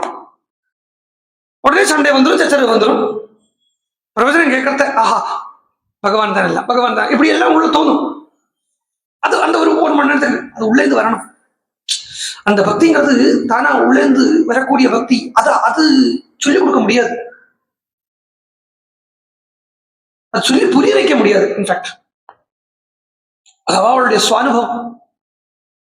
அப்போ அம்மா இருக்கட்டும், அப்பா இருக்கட்டும், பணம் இருக்கட்டும், அது இருக்கட்டும், இது இருக்கட்டும், இது எல்லாமே இருக்கும். அதெல்லாம் அவெல்லாம் சொன்னா கூட என்ன சொல்லுவா, கட்டி கொடுத்த சோறும் சொல்லி கொடுத்த வார்த்தையும் எவ்வளவு நாளைக்கு தங்கும் கேட்பேன். ஒரு ராத்திரி தங்கும் மேக்சிமம், அவ்வளவுதான் ஆச்சு. அதே துக்கம் கரிஷ்யாமி. சரி, அப்படி என்ன கூப்பிட்டு போறதுனால உனக்கு என்ன வந்துட போறது? நீ பூர்ணமா தானே இருக்கு. எனக்கு இந்த வஸ்தவத்துல சீதை ராமன் கிட்ட பக்திய பிக்ஷை பண்றான்னு கூட சொல்லாம இந்த இடத்த. பக்தி பிக்ஷை ராமன் கிட்ட கேட்கிறா, சேவனை பிக்ஷை ராமன் கிட்ட கேட்கிறா. இது வேற எதுவும் நினைச்சுக்காதீங்கோ. இதிகாச புராணத்தினுடைய தாற்பயம் எப்படி இருக்குன்னா, என்ன பாகவதம் ஒரு புராணமானாலும் ராமாயணங்கிற இதிகாசமானாலும் ரெண்டும் விஷயத்த சொல்றது ஒன்றுதான் நான் அடிக்கடி சொல்லுவேன். இந்த செல்ஃப்லெஸ்ஸா இருக்கப்பட்ட பக்தி தான் பகவான் கிட்ட நம்மளை கொண்டு வைக்கவே வழிய, செல்ஃபிஷா இருக்கப்பட்ட பக்தி பகவான் கிட்ட தள்ளி விட்டுரும். இப்போ இதே சீதை சப்போஸ் இந்த சீதை இருக்கா இல்லையா, இவன் சப்போஸ் ராமா நான் உங்க கூட வந்தா தான் நான் க்ஷேமமா இருப்பேன் ராமா, நான் உங்க கூட வந்தா தான் நான் அழகா இருப்பேன் ராமா, நான் உங்க கூட வந்தா தான் ஆரோக்கியமா இருப்பேன் ராமா, இப்படி சீதை சொல்லிட்டு சத்தியமா ராமர் சீதைகிட்ட கூட சொல்லிக்க வந்திருக்க மாட்டார், அப்படியே போயிருப்பாங்க. பகவதத்துல கோபிகள் கிருஷ்ணன் கிட்ட வரா, கிருஷ்ணன் சங்கல்பிச்சு ராசத்துக்கு. ராசத்தினுடைய தாற்பயம் ஒரு சாதாரணமா லோகத்துல நடக்கிற மாதிரி ஒரு கொச்சையான ஒரு டான்ஸ் அப்படிங்கிறது கிடையாது. ராசம் கேட்கறதுக்கோ ராசம் சொல்றதுக்கோ ராசத்தை அனுபவிக்கிறதுக்கோ சாதாரண பிளேன்ல அனுபவிக்க முடியாது. உயர்ந்த அனுபவத்துல தான் அதை புரிஞ்சுக்க முடியும். ஆழ்ந்த அறிவிலையும் ஆழ்ந்த ஞானத்திலையும் அனுபவத்திலையும் தான் அந்த ராசத்தை புரிஞ்சுக்க முடியும். ராசம்ங்கிறது ஒரு டான்ஸ் அப்படிங்கிறது இல்லை, பிரம்மத்தினுடைய அனுபவம், பிரம்மானுபவம் அர்த்தம். ராசம் அப்படிங்கிற சப்தத்துக்கே பிரம்மானுபவம் அப்படின்னு அர்த்தம். ரசம்னா பிரம்மம், ராசம்னா பிரம்மா அனுபவம். ரசசிய ஏது ராசம். அப்போ அதுல அந்த ரசானுபவத்துல பிரம்மானுபவத்துல அந்த பிரம்மானுபவத்துக்காக பகவான் கிருஷ்ணன் சங்கல்பிச்சுட்டு கோபிகள் கிருஷ்ணன் கிட்ட வந்த உடனே பகவான் சொல்றான், நீங்க எல்லாரும் திரும்பி போங்க. இதேதான் நீங்க ராமன் சொல்றாங்க, பெரிய வித்தியாசம் ஒண்ணும் இல்லை. திரும்பி போங்க. அங்க என்ன சொன்னா, அங்க திரும்பி போங்க. இங்க என்ன சொல்றேன், நான் உங்களை விட்டுட்டு போறேங்கிற. இவ்வளவுதானே. இங்க சீதையிட்ட சொல்றது, நான் சீதை நான் உன்னை விட்டுட்டு போறேன் தனி. சீதை நான் உன்னை விட்டுட்டு போறேன், நான் தனியா போறேன், நீ இங்க இரு அப்படின்னு சொல்றதும், நான் இங்க இருக்கிற நீங்களும் அதுக்கு போங்கிறதும் வித்தியாசம் இல்லை. பகவானே உலகத்துல பிடிச்சு தள்ளினாலும் போக மாட்டேன் அப்படின்னு இருக்கணும். பகவானே லௌகிகத்துல பிடிச்சு தள்ளினா கூட என்ன அது தள்ளும். அந்த பகவான் தள்ளுறான்னா, பகவான் ஈஸ்வரன் நிர்குண பிரம்மமா இருந்தா தள்ளாது. சகுண பிரம்மமா இருக்கிறதுக்கு மாயை கூட வர்றதுனால அந்த ஈஸ்வரனுடைய மாயை என்ன பண்ணும்னா அது சைட்ல இருந்து ஒர்க் பண்ணும். முள்ள நம்மள லௌகிகத்துல தள்ளுறதுக்கு பார்க்கும். அதுதான் முதல்ல ஸ்தோத்திரம். தேவி பாகவதம் புராணம் எல்லாம் இருக்கு இல்லையோ, அந்த தேவி பாகவதம் எல்லாம் புராணத்துல பார்த்தாதானா முதல்ல ஸ்தோத்திரம் பண்றதே மாயைக்கு தான். ஏன் தேவி பாகவதம் வரைக்கும் போனோம்? ஸ்ரீமத் பாகவதமே எடுத்துங்கோ. முதல்ல பாகவதத்தை ரச்சனை பண்ணணும் அப்படின்னு வியாசர் உட்கார்றத அந்த பகவான உபாசனை பண்றார். அதுக்கு முன்னாடி மாயாம் தது உபாசிதாம் அப்படின்னு அந்த மாய உபாசனை பண்ணிட்டு தான் பகவான உபாசனை பண்றாங்க. என்ன அந்த மாய உபாசனை பண்ணாமல் மாயையை பிரீதிப்படுத்தாமல் பகவான கிட்ட போனோமானா அந்த மாயை உள்ள லோகத்துல தள்ளறதுக்கு பார்க்கும். இதெல்லாம் ரொம்ப நியூவான்சஸான விஷயம், ரொம்ப நுணுக்கமான விஷயம். ஆனா அதுக்குள்ள ஆழ்ந்த கருத்து இருக்கு. அப்ப இங்க பகவான் இன்வால்வ் என்ன சொல்றான், சீதைட்ட என்ன சொல்றான், நான் உன்னை விட்டுட்டு போறேன் அப்படின்னு சொல்றதோ, கிருஷ்ணன் அங்க அந்த யமுனா தடத்துல கோபிகள் கிட்ட நீங்க எல்லாம் திருப்பி போங்கிறதோ, இது ஒரு மாயனுடைய சேஷ்டை தான். ஆனா அந்த மாயை மீறிண்டு வெளியில வந்து எனக்கு வேற ஒன்றும் வேண்டாம், நீதான் வேணும் அப்படிங்கிறத அங்க கொஞ்சமாவது சுவார்த்தத்தை இருந்ததுன்னா அந்த மாயை தான் முன்னிலை நிற்குமே ஒழிய பகவானுடைய கருணை முன்னாடி நிற்காது. அப்ப கோபிகள் என்ன கேட்டாலும் அதை தான் இங்கே சீதை கேட்கிறான். அங்க கோபிகள் என்ன கேட்டானா, புருஷபூஷண தேகி தாசியம், எங்களுக்கு தாசியம், எங்களை எல்லாரும் உன்னுடைய தாசியாக்கிக்கோ, எங்களுடைய செல்ஃப் இன்ட்ரெஸ்டுக்காக நான் உங்களுக்கு கைங்கரியம் பண்றதில்லை, உங்களுக்கு கைங்கரியம் பண்ணணும் அப்படிங்கிறது மட்டும்தான் எங்களுடைய எண்ணமா இருக்கு அப்படின்னு அங்க கோபிகள் சொல்றா. அதே இங்க சீதை சொல்றான், வேற ஒன்றும் எனக்கு எண்ணம் கிடையாது, நீ முன்னாடி போறத காட்டுல எடுக்கப்பட்ட கல் முள்ளு எல்லாம் அவனுடைய காலில் குத்தாம இருக்க, நான் என்னுடைய புடவை தலப்பாலேயே அதெல்லாத்தையும் நீக்குவேன் அப்படின்னு கைங்கரிய பாவத்துல, தாசிய பாவத்துல, பிருத்திய பாவத்துல சீதை இருக்காங்கிறதுனால்தான் சீதையை ராமன் கூப்பிட்டு போகிறார். இந்த பாவத்துல சீதை இல்லை அப்படின்னு சொல்றானா போயிருக்க மாட்டான். ஏன்னா செல்ஃபிஷ்னஸ் அங்க இருக்கும், அங்க பகவானுக்கு வேலை இல்லையே. அப்போ சீதை சொல்றா, திரஷ்டும் சர்வத்ர நிர்பீதா त्वया नाथेन धीमता हंसकारण्डवा कीर्णा पत्मिनी साधु पुष्पिता திரஷ்டும் சர்வத்ர நிர்பீதா. ராமா உங்ககிட்ட மட்டும்தான் நான் அந்த அபயம்ங்கிறத பாக்குறேன். லோகத்தை பார்த்து எனக்கு பயமா இருக்கு பிரபு, என்ன லோகத்துல தள்ளி என்ன கைவிட்டுடாதே, உன்னுடைய கைங்கரியத்தை எனக்கு தா. அது சொல்றா கோபிகைகள், ஒரு வாட்டி உன்னுடைய பேரை நான் சொல்லிக்கிறேன் அப்படின்னு ஆசையா இருக்கு. அப்படி சொல்லிட்டேன்னா சகிருது உதிதா, ஒரு வாட்டி சொல்லியாச்சுன்னா பிக்ஷுச்சரியாம் சரந்தி, இந்த லோகம்ங்கிற அந்த காட்டுல இருந்து விஹங்காக பட்சிகளை போல பறந்து சுதந்திரமாய் பிக்ஷுச்சரியாம் சரந்தி, பரமஹம்ச கதி கிடைக்குமே. அந்த பரமஹம்சாருடைய லட்சியத்திலே பரமஹம்சாருடைய லட்சணம் என்னது கேட்டா வேற ஒன்றும் இல்லை, பகவான் கிட்ட பக்தி பண்றது மட்டும்தான் ஏதோ ஞானியுடைய லட்சியம். ஒரு ஞானி என்ன பண்ணிட்டு இருக்கான் அப்படின்னு வெளிப்படையா பார்த்தா நம்மளால புரிஞ்சுக்க முடியாது. ரமண பகவான் இருந்தார், திருவண்ணாமலையிலே இருந்தார். 55 வருஷம் கிட்டத்தட்ட அந்த திருவண்ணாமலையை விட்டு வெளியில போனதில்லை. முதல்ல வரத்தை அருணாச்சலேஸ்வரரை போய் பார்த்தவர் தான். அதே வரத்தை அருணாச்சலேஸ்வரரை போய் பார்க்கறத சொல்லிருக்கிறார். எங்க அப்பாவை தேடிட்டு போறேன் அப்படின்னு லெட்டர் எழுதி வச்சுட்டு தான் போறேன். போன உடனே காதில் இருந்த கடுக்கனை எடுத்து வித்துட்டு மொட்டை அடிச்சுண்டு ஷவரம் எல்லாம் பண்ணிட்டு வஸ்திரத்தை ஒழிச்சுட்டு ஒரே ஒரு கௌபீனத்தை மாத்திரம் கட்டிண்டு ஸ்நானம் பண்ணிட்டு நேர அருணாச்சலேஸ்வரர் போய் அந்த இடத்துல அங்க யாருமே இல்லாம இருந்திருக்கா, அந்த தழுவிண்டு கட்டிண்டார் அருணாச்சலேஸ்வரரை. அன்னைக்கு கட்டிண்டவர் அதுக்கப்புறம் ஒரு நாள் கூட அருணாச்சலேஸ்வரரை போய் பார்த்ததில்லை. திருவண்ணாமலையிலே தான் இருந்திருக்காரு, திருவண்ணாமலையை விட்டு எங்கும் போனதில்லை, அருணாச்சலேஸ்வரரை போய் பார்த்ததில்லை. என்ன போய் பார்க்க வேண்டியது இல்லை, அவ்வளவுதான். இந்த போய் பார்க்க வேண்டியது இல்லை. அப்போ அப்புறம் என்ன, அது உள்ள பார்க்க ஆரம்பிச்சாச்சு. இதுதான் பரமஹம்சனுடைய கதி. அவன் என்ன பண்றான்னா உள்ளேயே அவனுக்கு பூஜை பண்றான், உள்ளேயே பக்தி பண்றான், உள்ளேயே அந்த ஈஸ்வர ஆராதனை பண்ணிட்டு இருக்கான். வேற எதுக்கும் ஆகவும் இல்லை. என்ன கோவிலுக்கு இன்னும் சொல்றேன், கோவிலுக்கு போய் பகவானை பூஜை பண்றது அப்படிங்கிறது, அதாவது அதே நான் கொஸ்டின் மார்க் போட்டு ஆரம்பிச்சேன். நானா சாரதா தேவி சொல்றா, சாரதா தேவி கிட்ட யாராவது வந்து கேட்கறா, எனக்கு பகவத் சாட்சா்காரம் வேணும் அப்படிங்கிறா. அதெல்லாம் பிரைமரி தானேங்கிறா, பகவத் சாட்சா்காரத்தையே பிரைமரிங்கிறா. அப்போ உயர்ந்தது எங்க இருக்குன்னு யோசிச்சு பாருங்க. அதெல்லாம் முதல் நிலை தானே, எல்கேஜி ப்ரீகேஜி மாதிரி தானே அப்படிங்கிறான். அப்போ இன்னொன்னு அதுல என்னன்னா, அது ஒரு ஆச்சரியம் என்னன்னா, அல்ல அதுல ஒரு ஆச்சரியம் சொல்ல முடியாது, அது ஒரு விஷயம் எடுத்துக்க வேண்டியது என்ன இருக்குதுன்னு கேட்டா, where we are and where we want to go. யோசிச்சு பார்க்கணும். அதே பிரைமரிங்கிறத அப்ப நம்ம இங்க இருக்கோம், இங்க எத்த வேண்டி இருக்கு. அந்த பரமஹம்சகதி, அந்த பரமஹம்சருடைய ஸ்வரூபத்துல ஆகணும் எனக்கு அப்படின்னா என்னன்னா, எனக்கு நான் பக்தி பண்ணிட்டே இருக்கணும். ராமனை பார்க்கறா சீதை, பார்த்தா விரிஞ்ச கண்களோட ராமன் சீதை இவ்வளவு பேசினது ஆச்சரியமா பார்த்துட்டு இருக்கு, கண்ணு கொட்டாம பார்த்துட்டு இருக்கு. பெரிய கண்ணா இருக்கு. விஷாலாட்சா கூப்பிட்டா, சகத்வயா விஷாலாட்சா ரம்சியே பரமநந்தினி ஏவம் வருஷ சகசிராணி சதம் வாபி துவயா சக. லோகத்தில் இருக்கலாம் பகவானே, பிரச்சனையே இல்லை. பிரம்மா சொன்னார், பிரம்மா பகவான் கிட்ட கேட்டுக்கிறதே கேட்டு சிருஷ்டி பண்றேன், ஆனா எனக்கு அகங்காரம் வந்துட்டு தான் என்ன பண்ணுவேன், எல்லாம் போயிடும் இல்லையா. அகங்காரம் வருது, அதாவது ஒரு பக்தனுக்கு அகங்காரம் வருதுங்கிறது எப்படி இருக்குன்னா, அந்த பக்தனுக்கு தன்னா தாங்கிக்க முடியாதது என்னது அப்படின்னு கேட்டா, என்ன வேணா பக்தன் தாங்கிப்பேன், பக்தன் என்ன வேணா தாங்கிப்பேன். பகவான் கைவிட்டுருவேனோ அப்படிங்கிற அந்த எண்ணம் வந்தாலே பக்தனால தாங்கிக்க முடியாது.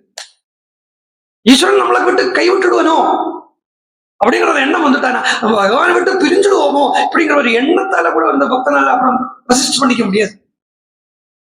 அப்போ ஆனா நான் சொல்றேன், நான் நிறைய சிருஷ்டி பண்றேன், ஆனா எனக்கு அது அகங்காரம் வராம இருக்கணுமே அப்படின்னு பிரார்த்தனை பண்றான். உடனே பகவான் கேரண்டி கொடுக்குறான், உனக்கு அகங்காரம் வராது. ஏன் வராதுன்னா, மத அனுகிரகா, என்னுடைய அனுகிரகம் இருக்கு உனக்கு, அந்த என் பிடிப்பு இருக்கிறது வரைக்கும் உனக்கு அகங்காரம் வராது. அப்ப என்ன அர்த்தம்னு கேட்டா, நான் பகவானை பிடிக்கிறது இல்லை, பகவான் தான் நம்மளை பிடிக்கிறார் அப்படின்னு அர்த்தம்.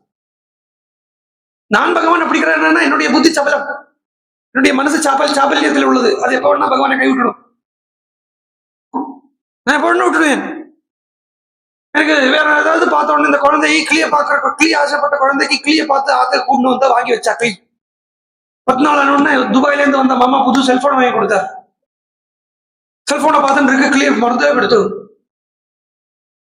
கிளி செத்து கொடுத்து, அப்படி ஆயிடும். இப்படித்தானே இருக்கு உலகம். அப்ப அந்த ஈஸ்வரனை விட்டுட்டு நான் லோகத்தை பிடிக்க ஆரம்பிச்சிருவேன். இதெல்லாம் அதாவது நான் இப்ப சொல்றது ஒண்ணுமே நடக்காததுன்னு நினைச்சுக்க வேண்டாம், நடந்த சரித்திரங்களே இருக்கு. பரமபக்தனா இருந்தவர் திடீர்னு பகவானை பகவத் ஸ்மிருதியை மறந்து, பகவத் கைக்கரியத்தையே மறந்து லோகத்திலேயே ஏற்பட்டு, அதால அந்த செழிக்கூடுக்குள்ளவே விழுந்து, அந்த அதனால வர வேண்டிய எவ்வளவு கட்ட துன்பங்கள் உண்டோ அதெல்லாத்தையும் அனுபவிச்சு திருப்பியும் பகவானால தடுத்தால் கொள்ளப்பட்டு திருப்பியும் பகவான் கிட்ட வந்த ஒரு ஆழ்வாருடைய சரித்திரம் இருக்கு. தொண்டர் அடிப்பொடி ஆழ்வார் அப்படின்னு அவருக்கு பேரு. பக்தனாவே இருந்தார். காவேரி கடல்ல இந்த கும்பகோணம் பிராந்தத்துல பிறந்தவர் தானே அவர். எக்ஸாக்ட் கும்பகோணம் இல்லையா, அது ஏதோ கிராமாந்திரம். அங்க அவர் பகிச்சவர். இங்குள்ள சொத்து சுகத்தை எல்லாத்தையும் வித்து விட்டு ஸ்ரீரங்கத்துல ஒரு புஷ்ப தோட்டத்தை அமைச்சுண்டு அங்க புஷ்ப கைங்கரியம் பண்ணிட்டு இருந்தவரை திடீர்னு என்னமோ ஒரு நாளைக்கு மாயையா இல்லை லீலையா இல்லை அவருடைய வாசனையா ஏதோ ஒண்ணு ஒரு தேவதேவி அப்படிங்கிற ரூபத்துல வந்தது. அவள் பக்தியா வேஷம் போட்டு வந்துட்டான். அந்த பக்தியா வேஷம் போட்டு வந்தவளை பாவம் மழைக்கெல்லாம் கொடுத்தார். அங்க இருக்கட்டும், ஆத்திர இருக்கட்டும்னு ஆத்திர இருக்கா. அப்போ இவர் பகவான் நினைச்சுட்டு இருக்கார், புஷ்ப கைங்கரியம் பண்ணிட்டு இருக்கார், அவளும் இருக்கா. இந்த காம்பினேஷன், இந்த ரேஷியோ வந்து ஆரம்பத்துல அவர் 1 இல்ல பூர்ணமா அந்த அவள்கிட்டயே, அவள் அந்த ஈஸ்வரன் கிட்டே 100%, இவள்கிட்ட பெருசா புத்தி போகாமலும் இருந்தது. அவருக்கு முள்ள முள்ள அவள் கைங்கரியம் பண்றதை பார்க்க ஆரம்பிச்ச உடனே ஈஸ்வரன் கிட்ட 90%, இவகிட்ட 10%, அப்படி மாறி மாறி மாறி மாறி பகவான் கிட்ட 10%, இவர்கிட்ட 90% வரைக்கும் வந்தது.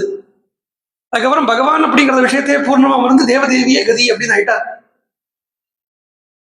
அந்த தேவதேவி என்ன பண்ணா, இவரை நல்லா யூட்டிலைஸ் பண்ணிட்டா, நல்லா சுத்த வச்சா. சுத்த வச்ச அவருக்கு புத்தி வரலை, சுத்த வச்ச அவருக்கு போரும்னு தோணலை. கடைசியில பகவானுடைய கருணை இருக்குங்கிற அந்த ஒரு எடுத்துக்காட்டு பகவானே வந்து அவர்கிட்ட போதும்னு சொல்லி, அது போரும்னு சொன்னா மாத்திரம் போராது, அந்த புத்திக்குள்ள உட்காந்து ஸ்ட்ராங் படுத்தணுமே போருங்கிற அந்த எண்ணத்தை. அப்படி பகவானே வந்து புத்திக்குள்ள ஸ்ட்ராங்கா உட்காந்து தன் இந்த தொண்டரடிப்பொடி ஆழ்வார, ஐ மீன் அவருக்கு பேரு வந்து விப்ர நாராயணன் பேரு. அந்த விப்ர நாராயணன் தன் பக்கத்துல திருப்பிண்டு இங்க இருடா அப்படின்னு அந்த பக்கம் இந்த பக்கம் கழுத்து திரும்பதா பார்த்தா கழுத்தை கூட கையால கழுத்து திரும்ப இப்படியே பிடிச்சு வச்சுட்டு இருக்கிறது பகவானுடைய கருணை. ஆனா பக்தனா இருந்தவன் பக்தனாவே இருப்பன் அப்படின்னு சொல்லிட முடியாது. திடீர்னு எங்க வேணா எப்ப வேணா நழுவறதுக்கு சான்ஸ் இருக்குங்கிறேன். கிடைச்சுடுத்து அப்படிங்கிறதுக்காக நழுவாதுன்னு சொல்ல முடியாது. கிடைச்சுடுத்துங்கிறதுக்காக அது என்னன்னா பக்தனுக்கு க்ஷணத்துக்கு க்ஷணம் பரீட்சைக்கும். க்ஷணத்துக்கு க்ஷணம் ஞானிக்கும் பக்தனுக்கும் எல்லாம் க்ஷணத்துக்கு க்ஷணம். எப்போ அந்த ஈஸ்வரனுடைய மாயை விளையாட்டு காட்டுன்னு சொல்ல முடியாது. அதனால ஆழ்வார் சொன்னார் என்னுடைய சாமர்த்தியம் இல்லை சொன்னார். என்னுடைய சாமர்த்தியம் இல்லை என்னதான் உன்னுடைய சாமர்த்தியம். உன்னுடைய சாமர்த்தியத்தால என்ன ஆச்சுன்னு கேட்டா போதலே வந்து புந்தியில் புகுந்து தம்பால் ஆதரம் பெருக வைத்த அழகனோர் அரங்கம் என்று போரும். என்னுடைய சாமர்த்தியம் இல்லை பகவானே, உன்னுடைய கருணை. சரி, அப்படி நீ கூட இருக்கையா, உன்னுடைய நினைப்பே இருக்கா. எத்தனை நாள் வேணும் சம்சாரத்தில் இருக்கலாம். ஆனா ஒரு க்ஷணம் கூட ஒரு துடி கூட உன்னுடைய நினைப்போ உன்னுடைய சாநித்தியமோ உன்னுடைய அனுபவமோ ராம அனுபவமோ கிருஷ்ண அனுபவமோ இல்லாம சம்சாரத்தில் என்னால் இருக்க முடியாது. இதுதானே கோபிகள் கோபிகா கீதத்துல சொல்றா யுகாயதே கிருஷ்ணா துவம் அபஷ்யதம். ஒரு க்ஷணம் கூட கிருஷ்ணா பகவானே ஒரு துடினா க்ஷணம் அர்த்தம் இல்லை. இந்த அப்படிங்கிறதான் துடி. கண்ணு இவை துடிக்கும் இல்லையா, அதுக்குதான் துடி. அந்த ஒரு துடி கூட பகவானே கிருஷ்ணா உன்னுடைய ஸ்மரணை உள்ள இல்லாம போச்சு வச்சுக்கோயேன், அதுக்கு வேதம் சித்து விடலாம். ஏன்னா அந்த ஒரு துடி எப்படி இருக்கும்னு கேட்டா யுகம் போயிடும். யாருக்கு? பக்தனுக்கு. பக்தனுக்கு ஒரு ஒரு துடி கூட பகவத் ஸ்மரணை இல்லாம போயிடுச்சுன்னா அது யுக கணக்கா போயிடும். அதுவே சம்சாரிக்கு லௌகிகனுக்கு ஏதோ 5 நிமிஷம் கண்ணை முன்னாடி உட்கார்ந்து இருக்கேன் அப்படின்னு நினைச்சுட்டு இருக்கப்பட்டவன் கண்ணை திறந்து பார்க்கறத 10 செகண்ட் ஆயிருக்கும். தியானம் பண்றேன் நக்கம் அப்படின்னு சொல்லி உட்காருவாங்க. 1 மணி நேரம் உட்காந்து ஒரு 10 நிமிஷம் உட்காந்து தியானம் பண்ண போறேன், இல்ல 1 மணி நேரம் உட்காந்து தியானம் பண்ண போறேன் அப்படின்னு கண்ணை முன்னாடி உட்காரப்பட்டவன் 10 நிமிஷம் ஆன உடனே ரெஸ்ட்லெஸ் ஆயிடுவன். கண்ணை திறந்து பார்ப்பேன், உடனே மணி 10 நிமிஷம் தான் ஆயிருக்கும். சரி ஒரு போட்டும், அந்த 1 மணி நேரங்கிறது அரை மணிக்கூறா குறையும். இதெல்லாம் லௌகிகன் விஷயம். சம்சாரமானாலும் பகவானே உன்னுடைய ஸ்மரணை உன்னுடைய நினைப்பு நீ என்ன கைப்பிடிச்சு வச்சுட்டு இருக்காய் அப்படின்னு உண்டானா 14 வருஷம் சீதை சொல்றா 14 வருஷம் இல்லை ராமா, 1000 வருஷம் இருப்பேன், 100 வருஷம், 1000 வருஷம், ஆயிரக்கணக்கான வருஷம் இருப்பேன். ஆனா நீ இல்லை வச்சுக்கோயேன், ஒரு க்ஷணம் கூட என்னால இருக்க முடியாது, உன்னை விட்டு பிரிஞ்சிருக்க முடியாது. அகம் கமிஷ்யாமி வனம் சுதுர்க்கமோ. அதுல என்ன கஷ்டம் இருக்கட்டும், நீ இருக்கேன்னு உண்டானா அந்த கஷ்டமான இடம் எனக்கு கஷ்டமா தெரியாது. நீ இல்லைன்னு உண்டானா சுகமா இருக்கப்பட்ட இடம் எனக்கு சுகமா தெரியாது. அப்போ விஷயம் அங்க என்னது? சுகமோ துக்கத்தையோ கொடுக்கக்கூடியது அங்க என்னதுன்னு கேட்டா ஈஸ்வர சாநித்தியம் தான் இல்லையா? பகவான் இல்லாத இடம் அப்படிங்கிறது அங்க வேற ஒன்று இருக்கும், ஈகோன்னு இருக்கும். பகவான் இல்லாத இடத்துல இருக்கப்பட்ட விஷயத்துக்கு தான் ஈகோன்னு பேரு. ஈகோ இருந்தா பகவானால் இருக்க முடியாது, பகவான் இருந்தா ஈகோவால் இருக்க முடியாது. அந்த ஈகோன்னு வந்துட்டானா கஷ்டம் தான் தெரியும். எதுலையுமே சுகத்தை கொடுக்கக்கூடிய விஷயத்துல கூட கஷ்டம் தான் தெரியும். அதுவே அந்த பகவான் வந்துட்டானா எதெல்லாம் கஷ்டத்தை கொடுக்கறதோ அதெல்லாத்தையுமே சுகமா பார்க்க ஆரம்பிப்பார். அதான் சொல்றேன், துக்கத்தை எல்லாமே பரீட்சணமா எடுத்துக்கிறது, துக்கத்தை எல்லாத்தையுமே பகவானுடைய கிருபையை எடுத்துக்கிறதுக்கு எப்ப முடியும்னு கேட்டா அந்த ஈகோ இல்லாம பகவானுடைய கிருபை மாத்திரம் இல்லாட்டினா பகவத் ஸ்ருதி மாத்திரம் தலையில் இருக்கிற நேரத்துல அது பரீட்சணங்கள் கூட கஷ்டங்கள் கூட துக்கங்கள் கூட பகவானுடைய கிருபையாத்தான பார்க்க முடியுமே ஒழிய கஷ்டத்தை கஷ்டமாவோ துக்கமாவோ பார்க்க முடியாது, பார்க்கறதுக்கு உண்டான மனசு வராது. ஏன்னா அவனுக்கு பகவத் ஸ்ருதி மாத்திரம் தான் இருக்கு. ஈகோ வந்துட்டு தானே தான் எல்லாமே போயிடும். ஈகோ வந்துடுதுன்னா சண்டை வரும், சச்சரவு வரும். அது எப்படிடா நீ என்னமாடா நீ அதுக்கு எனக்கு பண்ணலாம் அப்படின்னு தோணும். இதை யாரு பண்ணாலும் எல்லாம் பகவானுடைய சேஷ்டை, எல்லாம் பகவான் பண்றான், எப்படி எடுத்துட்டு போயிடும். அப்போ சீதை சொல்றா அகம் கமிஷ்யாமி வனம் துர்க்கமம், அடக்க முடியாத அடவி, அந்த அடவியில நான் கூட வருவேன். வந்து மிருகாயுதம் வானர வாரணைச்ச வனே நிவத்ஸ்யாமி யதா பிதர்கிருஹே தவைவ பாதா உபகிருஹ்ய சம்மதா.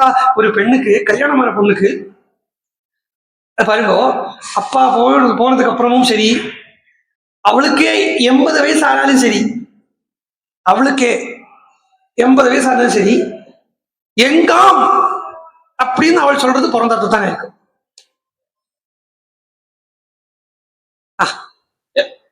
60 வருஷமா இங்க கொடுத்தா நடத்துறா. எங்காம் அப்படின்னு அவன் சொல்றது பிறந்தத்தை தானே இருக்கும். அந்த அப்பா வீட்டை தானே இருக்கு. அப்பா எல்லாரும் போயிருப்பா, அப்பாவும் போயிருப்பா, அண்ணாவும் போயிருப்பா, தம்பியும் போயிருப்பா, யாரும் இருக்க மாட்டா. ஆனா எங்காத்து வழக்கம் அப்படின்னு சொல்லுவா. அது எங்க பிறந்தாத்த சொல்லலாம். அந்த அந்த எங்காம் அப்படின்னு அந்த ஒரு எண்ணம் வரத்த ஏதொரு ஸ்திரீக்குமே கிடைக்கப்பட்ட ஒரு ஒரு ஆஸ்வாசம் இருக்கு இல்லையா, அதெல்லாம் சொல்லி தெரிவிக்க முடியாது. அது சொல்லி தெரிவிக்க முடியாது. அது எல்லா ஸ்திரீக்குமே அப்படித்தான். எங்காம் அப்படிங்கிறது அது தனி ஸ்பெஷல் தான். என்ன வேணா இருக்கட்டும். இந்த ஆய் வந்தவர்களுக்கு கேட்டு பாருங்க, அப்படித்தான் சொல்லுவா, ஆமாம் தான் சொல்லுவா. நான் சொல்றதுக்கு மாற்று அபிப்பிராயமே இருக்காது. இது சொல்றா, உன் பாதத்தில் இருந்தேன் வேணா ராமா, நான் எங்க ஆத்துல இருக்கிற மாதிரி இருக்கேன். உன் பாதச்சாயில் இருந்தேனா அந்த ஆறுதல், அந்த கம்ஃபர்ட், அந்த செக்யூரிட்டி அப்படி இருப்பேன். அனன்ய பாவம் ரக்த சேதசம் त्वया वियुक्ता मरणाय निश्चितम् नयस्वमां साधु कुरुष्व याचना नातो मया ते गुरुता भविष्यति. नयस्वमां साधु कुरुष्व याचना, கெஞ்சறேன், யாச்சனாம், நான் கெஞ்சறேன், நான் பிச்சை கேட்கிறேன். கோபிகள் தான் சொன்னான், தேவதான் கோபிகள் சொல்ற. புருஷபூஷண தேகி தாசியம் பிச்சை கேட்கிறான். அதே மாதிரி சீதை பிச்சை கேட்கிறான். பிச்சை கேட்டு இந்த யாஜனைய சாது குருஷ்வன், நான் கேட்கறத ஒத்துக்கோய். அனன்ய எனக்கு வேற ஒண்ணுமே எண்ணம் கிடையாது. அப்படியே வேற ஏதாவது எண்ணம் வந்துடுச்சுன்னா நீ என்ன அதை திருத்திடும். அந்த எண்ணத்தை கட் பண்ணிடும். அந்த எண்ணத்தை கட் பண்றதுக்கு நீ அனுகிரகம் பண்ண முடியாது அப்படின்னு சொல்றான் சீதை. இது பகவான் பண்ணவும் பண்றான். இப்படி வரவும் வருது, வர்ற மாதிரி காட்டிக்கிறா சீதை. அப்படி சமாதானத்துக்கு அப்படி வேணா சொல்லிக்கல, வருது. ஆனா வருது, ஆனா என்ன இன்னொரு எண்ணம் வந்தது சீதைக்கு. வேற ஒன்றும் இல்லை, மானுடைய தோல் ஆசைப்பட்டுட்டான். இங்க வந்து சொல்லிட்டு போகிறத என்ன சொல்லிட்டு போறா, எனக்கு வேற ஒரு பாவமும் வராது, நான் உனக்கு தாசியாவே இருப்பேன் அப்படின்னு சொன்னவள் கடைசியில என்ன ஆறுது, சரித்திரம் அப்படி அமைஞ்சிருக்கு வச்சிருந்தோம். சரித்திரமே அப்படி அமைஞ்சிருக்கு இருந்தா கூட அந்த கேரக்டர் அனாலிசிஸ் பண்ணினோவானா என்ன ஆறுது, பகவானை விட்டு வேலை வாங்க வச்சுட்டான். இதே ராசக்கிரீடையில கோபி ராதையும் பண்றான். பகவான் மற்ற கோபிகள் கூட பகவான் ராசம் ஆடிட்டு இருந்த பகவான் திடீர்னு எல்லாருடைய அகங்காரத்தையும் பார்த்து சௌபக மதம் அப்படின்னு சொல்றோம். அது அவளுக்கு எல்லாருக்கும் கிருஷ்ணனை கிடைச்சுட்டோமே, கிருஷ்ணன் கிடைச்சுட்டானே அப்படிங்கிறதுல ஒரு மதம் வந்துருத்தோம். அங்க கூட அந்த ஒரு ஃபேக் எக்ஸிஸ்டன்ஸ் வந்துடுத்து. அந்த இடத்துல கூட கிருஷ்ணனுக்கு கிடைச்சுட்டானே அது கூட விடாதான். ஓ பகவானுடைய பக்தன் ஆயிட்டேனே அப்படிங்கிற எண்ணம் கூட விடாதான். அது அது அது ஆகலாம் எப்போ, எத்தனை நாள் வரைக்கும் அப்படின்னு கேட்டா ஒரு தலம் எத்தனை வரைக்கும், அதுக்கு சாத்விக அகங்காரம்னு பேரு. இப்ப நான் சொன்னதுக்கு சாத்விக அகங்காரம்னு பேரு. பகவானுடைய பக்தன் நான் அப்படிங்கிறதுக்கு சாத்விக அகங்காரம்னு பேரு. அது அகங்காரம் இருக்கு. சாத்விகம் அகங்காரமும் இருக்கு, குணமும் இருக்கு. சத்துவம் அப்படிங்கிற அந்த குணமும் இருக்கு, அகங்காரமும் இருக்கு. இது இருந்தாலே பகவானை விட்டு பிரியறதுக்கு உண்டான எல்லா இதுவும் ஆயிடும். அதாவது இந்த ஒட்டகத்துக்கு குடிசையில தங்கறதுக்கு தலை இடம் கொடுத்த மாதிரி ஆயிடும். மழை பெய்ஞ்சுட்டு இருந்தது, ஒட்டகம் வந்தது, ஒட்டகம் கட்டுது, கொஞ்சம் தலை நனைஞ்சுட்டு இருக்கு, இந்த தலையை மாத்திரம் மறைச்சுக்கிறதுக்கு கொஞ்சம் இடம் தரையா அப்படின்னு கேட்டது. அவனு சொன்ன, சரி தலையை மாத்திரம் தானே, நெல்லுக்குள்ளோட உள்ள கொட்டக்காய்க்குள்ளோட ஒரு சின்ன ஒரு ஓட்டை போட்டு கொடுத்து தலை உள்ள போட்டுக்கிறதுக்கு இடத்த கொடுத்தான். கொஞ்ச நேரம் போச்சு, கழுத்து நனையாது, கழுத்தை உள்ள ஏற்றிக்கிட்டவா கேட்டான். சரி இவன் உட்கார்ந்துன்றதும் கொஞ்சம் பின்னாடி போனான். சரி இடம் இருக்குவா, கழுத்தை உள்ள நீட்டிக்கு வந்து கழுத்தை நீட்டுது. கழுத்தை நீட்டி போக போக போக போக என்ன எடுத்தோம்னா மழை ஜாஸ்தியாக கொட்டக்காவை திறந்துட்டு உள்ள எடுத்து கொட்டக்காயில இடம் கொடுத்தவன் வெளியே போயிடு. இது மாதிரி ஆயிடும். சாத்விக அகங்காரம் இருக்கட்டுமே பரவாயில்லையே அப்படின்னு சொல்றத இந்த ஒட்டகத்துக்கு தங்கறதுக்கு இடம் கொடுத்த மாதிரி ஆயிடும். சாத்விக அகங்காரம் தானே பரவாயில்லையே அப்படிங்கிறது என்ன தெரியுமோ, முதல்ல சாத்விக அகங்காரமா இருக்கும். அதுக்கப்புறம் அது மாதிரி ராஜசிக அகங்காரமா போயிடும். அதுக்கப்புறம் தாமசிகமா போயிடும். அப்புறம் முழுச அகங்காரம் நம்மளை மூடிடும். பகவானை மறக்க வச்சு. இது கொஞ்சம் ஒரு சின்ன ஆசை வந்தது சீதைக்கு. அந்த இடத்துல பகவான் அப்படி பண்ணலையானா this won't be happen. எதுனா அந்த பூர்ண கிருஷ்ண அனுபவமோ பூர்ண ராம அனுபவமோ அதுக்கப்புறம் அவளுக்கு கிடைச்சிருக்காது. எப்படி பாருங்க, இங்க வந்து அந்த சின்ன ஒரு மான் மேல தோலுக்கு ஆசைப்பட்ட உடனே பகவான் சீதை விட்டு பிரிஞ்சார். என்ன தாசியாவே வருவேன்னு சொல்லிட்டு இப்ப பகவானை விட்டு வேலை வாங்க ஆரம்பிச்சுட்டா, ஆசைப்பட்டா. இதேதான் ராதையும் பண்ணா. ராசத்துல பகவான் கூட பகவான் மற்றவளுக்கு வந்த அந்த சௌபக மதத்தால பகவான் எல்லாரையும் விட்டான். ஆனா பகவான் இவ்வளவு மாத்திரம் தூக்கிட்டு போனான். இது ராசன் சொல்றத. ராசத்துல இவ்வளவு மாத்திரம் தூக்கிட்டு போனான். ராசமணிய இந்த ராதைய தூக்கிட்டு போனோம்னா அதுக்கு ரெண்டு காரணம் இருக்கு. ஒண்ணு கிருப்பையும் ஒரு காரணம் வேற, அது தனியா இருக்கு. அதேதான் நீங்க சீதைக்கு, அதாவது இந்த ராவணாதிகள் மேல கிருப்பையினால சீதை கொஞ்சம் கர்வம் இருக்கிற மாதிரி நடிச்சு ராமனை விட்டு வேலை வாங்க வச்சா அப்படின்னு சொல்லலாம். இதே மாதிரிதான் ராதையும் மற்ற கோபிகளுக்கு எல்லாம் கிருஷ்ணன் கிடைக்கணுமே அப்படிங்கிறதுனால தான் கிருஷ்ணனை விட்டு கொஞ்சம் பிரிஞ்சாதான் அப்புறம் மற்றவா கூட சேர்ந்து கிருஷ்ணன் பூஜை பண்ணி கூப்பிட்டு கிருஷ்ணனை வர வைக்க முடியும் என்கிறதுக்காக கொஞ்சம் அங்க வச்சு கர்வத்தை காணிக்கிறார். ஏன்னா அங்க கூட்டிட்டு போ, இங்க கூட்டிட்டு போ, அந்த பழத்தை இந்த பழத்தை இதை பறிச்சுதா இந்த பூவத்தா இப்படி கிருஷ்ணனை விட்டு வேலை வாங்கின்றத உடனே கிருஷ்ணன் பார்த்தேன், ஓ இவளுக்கு கொஞ்சம் ஏறெடுத்து போல் இருக்கு, இங்க இரு அப்படின்னு அங்கே அவளே விட்டுட்டு போனான். Same happening in Ramayana. இவ்வளவு அயோத்தியா ஜனங்களை விட்டார் ராமர். அயோத்தியா ஜனங்களுக்கு எல்லாருக்குமே ஒரு சாத்விக மதம் தான் இருந்தது, ஒரு சாத்விக கர்வம் தான். என்ன பதியாக போறான் அப்படிங்கிறதுலே ஒரு மதம் வந்துருத்து, ஒரு சௌபாகிய மதம் வந்துருத்து, சௌபாகியத்தால வந்த ஒரு கர்வம் வந்துருத்து. ஓ ராமன் எல்லாம் எங்களுக்கு எல்லாம் ராமன் பதியாக போறான் அப்படிங்கிறதுல இல்ல, நாங்கள் எல்லாம் ராமனுடைய பிரஜையாக போறோம் அப்படிங்கிறதுல ஒரு சின்ன சௌபக மதம் வந்துருத்து. அந்த மதத்தை இல்லாம பண்றதுக்கே வனவாசம் அப்படிங்கிற ஒரு தலைப்பு ராமன் போட்டார் சரித்திரத்துல. அது போட்டதும் போராது அப்படிங்கிறதுக்காக சீதையை லட்சுமணன் கொண்டு போறார். ஏன்னா இவ கைங்கரியத்தை மாத்திரமே லட்சுமி வச்சுருக்காளே ஒழிய இவளுக்கு வேற எதுவுமே தெரியாது, இவளுக்கு வேற எதுவுமே வேண்டாம், இவளுக்கு லோகம் வேண்டாம், இவளுக்கு அகங்காரம் கிடையாது, கர்வம் கிடையாது, எதுவும் கிடையாது. அப்படிங்கிறதுனால சீதையை லட்சுமணனை மாத்திரம் துருக்கி எடுத்துட்டு போறார். வேற யாரையுமே கூட்டு போல. சுதந்திரத்துக்கு கூட ஒரு சின்ன ஒரு கர்வம் வருது, ஒரு சாத்விக கர்வம் வருது. ஆஹா இதுவரைக்கும் என்ன கூட்டுன்னு வந்துட்டாரே, நான் என்ன பாக்கியம் பண்ணினவன் அப்படிங்கிற ஒரு எண்ணம் வந்துருத்து. கங்கை கரைக்கு வரைக்கும் கொண்டு வந்துட்டார் சுதந்திர. அந்த எண்ணம் சுதந்திரருக்கு வந்தது ராமர் கண்டுபிடிச்சா. சுதந்திரா நீ திருப்பி வைக்க வந்து திருப்பி வைக்க வந்தார். ஓ பகவான் அடைஞ்சிட்டோம் அப்படிங்கிற எண்ணம் கூட விடாதுங்கிறது நான் சொல்றது.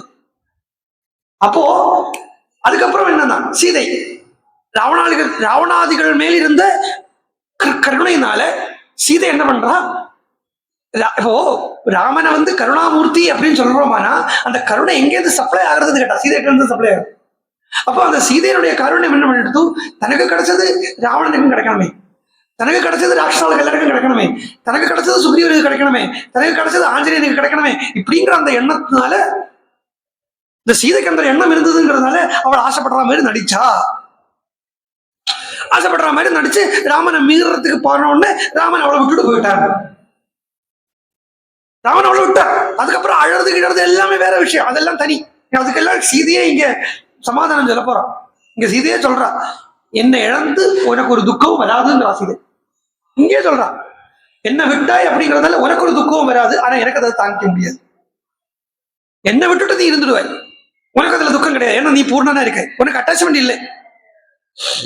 நான் வந்தேன்னா என்ன, வரலன்னா உனக்கு ஒண்ணுமே இல்லை, நீ எப்படி பூர்ணமா இருப்பேன், உனக்கு அதுல எந்த துக்கமும் குறையோ இருக்காது.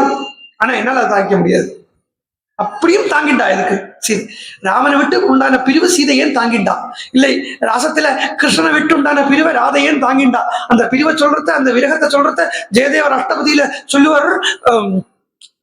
அவள் எப்படி இருக்கா அந்த ராதை அப்படின்னு கேட்டா, தோ விரகேன ஆவாசோ விபனாயதே பிரியசகி மாலா ஜுவாலா கலாபாயதே சாபி நிஸ்வசிதேன ஹந்த ஹரிணீ ரூபாயதே ஹாகதம் கந்தர்போயமாயதே விரசையன் சார்தூல விக்ரீடிதம் இப்படின்னு சொல்ற.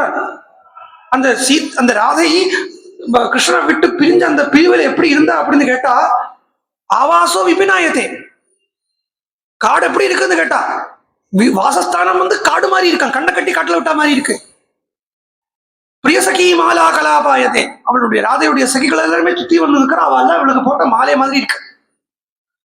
அவளுடைய சுவாசம் எப்படி இருக்குன்னு தாபோஸ்வசிதேன தாவதகனா ஜுவாலா கலாபாயதே, அவளுடைய மூச்சு காத்து எப்படி இருக்குதுன்னு ராதையனுடைய மூச்சு காத்து எப்படி இருந்ததுன்னா, இந்த காட்டையே பூரா எரிக்கும்படியான ஜுவாலையை கக்கும்படியான மூச்சு காத்தா இருந்ததுதான் அவ்வளவு தாபமாம். அவளுடைய மூச்சு காத்து வரைக்கும் சொல்லிட்டோம். அவள் எப்படி இருந்தான்னா, சாபி அந்த ஹரிணீ ரூபாயதே ஹாகதம், உன்னுடைய விரகத்தால விரகேன அந்த ஹரிணீ ரூபாயதே ஹாகதம், ஒரு புலியால கடிச்சு குதறி விட்டுட்டு உயிர் மட்டும் மிச்சப்பட்டிருக்கப்பட்ட ஒரு மான் பேடை மாதிரி அவள் துடிச்சுட்டு இருக்கா. புலி நல்லா கடிச்சு கொதறி போட்டிருக்கு, கை கால் வேற செப்பரேட்டா பிரிச்சிருக்காங்க, உயிர் மாத்திரம் ஓட்டின்னு இருக்குன்னா எவ்வளவு பிராண வேதனை அதை அனுபவிக்குமோ அந்த மாதிரி அவள் அனுபவிச்சுட்டு இருக்கா பிராண வேதனைய. சாப்பி விரகேண அந்த ஹரிணி ரூபாயதை ஆகதம் கந்தர்ப்போப்பி யமாயதே விரஜையின் சார்தூல விக்கிரீடினா. இந்த இடத்துல கந்தர்ப்பன் ஜெயதேவ சொல்றது கந்தர்ப்பன்கிற அந்த காமதேவனை சொல்லலை, பக்தியத்தான் கந்தர்ப்பன்கிறா, இல்லை விரகத்தை தான் கந்தர்ப்பன் எடுத்துக்கணும் இந்த இடத்துல. ஏன்னா அஷ்டபதினு வந்துட்டாலோ கோபிகைகள்னு வந்துட்டாலோ ராசம்னு வந்துட்டாலோ அங்க கந்தர்ப்பனுக்கு வேலையே கிடையாது, காமதேவனுக்கு வேலையே கிடையாது. அப்படிங்கிறத அவள் எப்படி துடிச்சா, என்னத்தால துடிச்சானா, அவள் அந்த விரகத்தால கடிச்சு குதிரை விட்டு போன ஒரு புலியால கடிச்சு குதிரை விட்டு போன சார்தூல விக்ரீடுதான் அப்படின்றா. சார்தூலம்னா புலி, அந்த புலியால கடிச்சு குதிரை விட்டுட்டு போன ஒரு மான் மாதிரி அவள் ஏன் அந்த வேதனையை சகிச்சுண்டா அப்படின்னா மற்ற கோபிகைகள் மேல இருந்து அவளுடைய கருணைனால. அதே மாதிரி சீதை ஏன் ராமருடைய பிரிவை தாங்கிண்டா அப்படின்னா ராவணன் மேல இருக்கக்கூடிய கருணையினால. ராவணாதிகள் மேலேயும் சுக்ரீவாதிகள் மேலேயும் சீதைக்கு இருந்த கருணையினால சீதை ராமனுடைய பிரிவை கூட தாங்கிக்கிறதுக்கு தயாரானா. அதுக்காக இப்ப தயாராகிக்கணும் இல்லையே, அவள் அயோத்திய ஜனங்கள் கூடவே இருந்துட்டு ராமனுடைய பிரிவை தாங்கிக்கணும்ன்றது அவளுக்கு நிர்பந்தம் இல்லையே, அவள் ராமனை விட்டு அந்நியதான் இல்லையே அவள். அதனால சீதை சொல்றா வனே தோஷோகி, ராமன் சொல்றார் என்ன சொன்னாருன்னா, சீதை சொன்னா ராமன் கிட்ட நிறைய ஹம்ச காரண்ட வாக்கிரமங்கள் எல்லாம் இருக்கும், அதெல்லாம் நான் அவனுக்கு ஸ்நானம் பண்ணி வைப்பேன், தடாகத்துல உட்கார வச்சு உன்னை ஸ்நானம் பண்ணி வைப்பேன், அதுல நிறைய ஹம்ச பட்சிகள் எல்லாம் போகும் அப்படிலாம் சொன்ன உடனே ராமன் அந்த பாயிண்ட் எடுத்துட்டார். அந்த ஹம்ச பட்சி தான் இருக்கும்னு நினைச்சுட்டு இருக்கியா வரத்துல சீதையை துக்க தரோவனம். சீதை வனம்ங்கிறது நீ நினைக்கிற மாதிரி கிடையாது, ரொம்ப துக்கமானது, துக்கப்பூரிதமானது. பரவாயில்லை ராமா நீ இருக்கே சீதே, ஹம்சம் எல்லாம் எப்பவும் பார்க்க கிடைக்காது, சிம்மம் புலி கடுவா தான் எப்பவும் பார்க்க கிடைக்கும், வன்னிய மிருகங்கள் தான் எப்பவும் இருக்கும். இது சம்சாரம்ங்கிற அடவியை சொல்றது. பாகவதத்துல கூட பஞ்சமஸ்கந்தத்துல பவார்ணவம் பவாடவி அப்படின்னு ஒரு பாகம் வருது. பவாடவி சம்சார அடவி, துக்கப்பூர்ணமான ஒரு காடு. ராமன் சீதையிட சொல்றது என்னன்னா, சீதே இந்த சம்சாரங்கிற அடவியில துக்கம் மாத்திரம் தான் இருக்கும். வனம் சொல்றாரு இங்க பத்திரம், அரண்யம் சொல்லலே பார்த்தோம். நான் அரண்யத்துக்கு உண்டான விளக்கம் சொல்லியிருக்கேன் இதுக்கு முன்னாடி. அரண்யம் அப்படிங்கிறது வேதத்தில் வரப்பட்ட உபனிஷத் பாகத்துக்கு அரண்யம்னு பேர். இந்த இடத்துல ஒரு இடத்துல கூட ராமன் அரண்யம்ங்கிற வார்த்தை யூஸ் பண்ணாம வனம்னு யூஸ் பண்றார். வனம் வேற அரண்யம் வேற. வனம் அப்படின்னா சம்சாரம்ங்கிற காடு, அரண்யம் அப்படின்னா உபனிஷத் அப்படிங்கிற பிரம்ம வித்யங்கிற ஸ்தானம். சீதே துக்க தரோ வனம், வனம் நிறைய துக்கம் நிறைஞ்சது சீதே.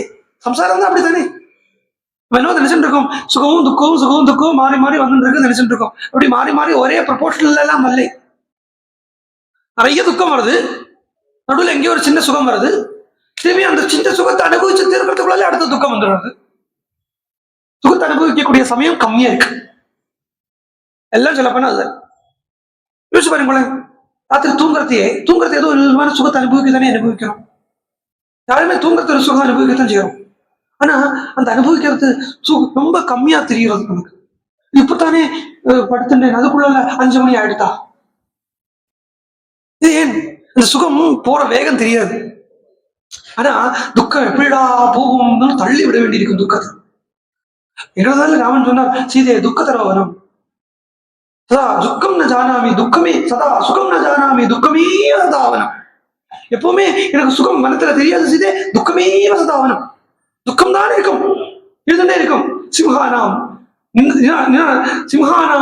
நின்னதா துக்கா ஸ்ரோதும் துக்கமதோவனம். நிறைய சிம்மம் இருக்கும், அதனுடைய சத்தம் கேட்கும், எல்லாம் உனக்கு பயத்தை உண்டாக்கும். இப்படி எல்லாம் ராமர் சீதையை சொல்லி கொஞ்சம் திருப்பத்துக்கு பாக்குறார், ராமனை விட்டு பிரியக்க வைக்கிறதுக்கு பாக்குறார்.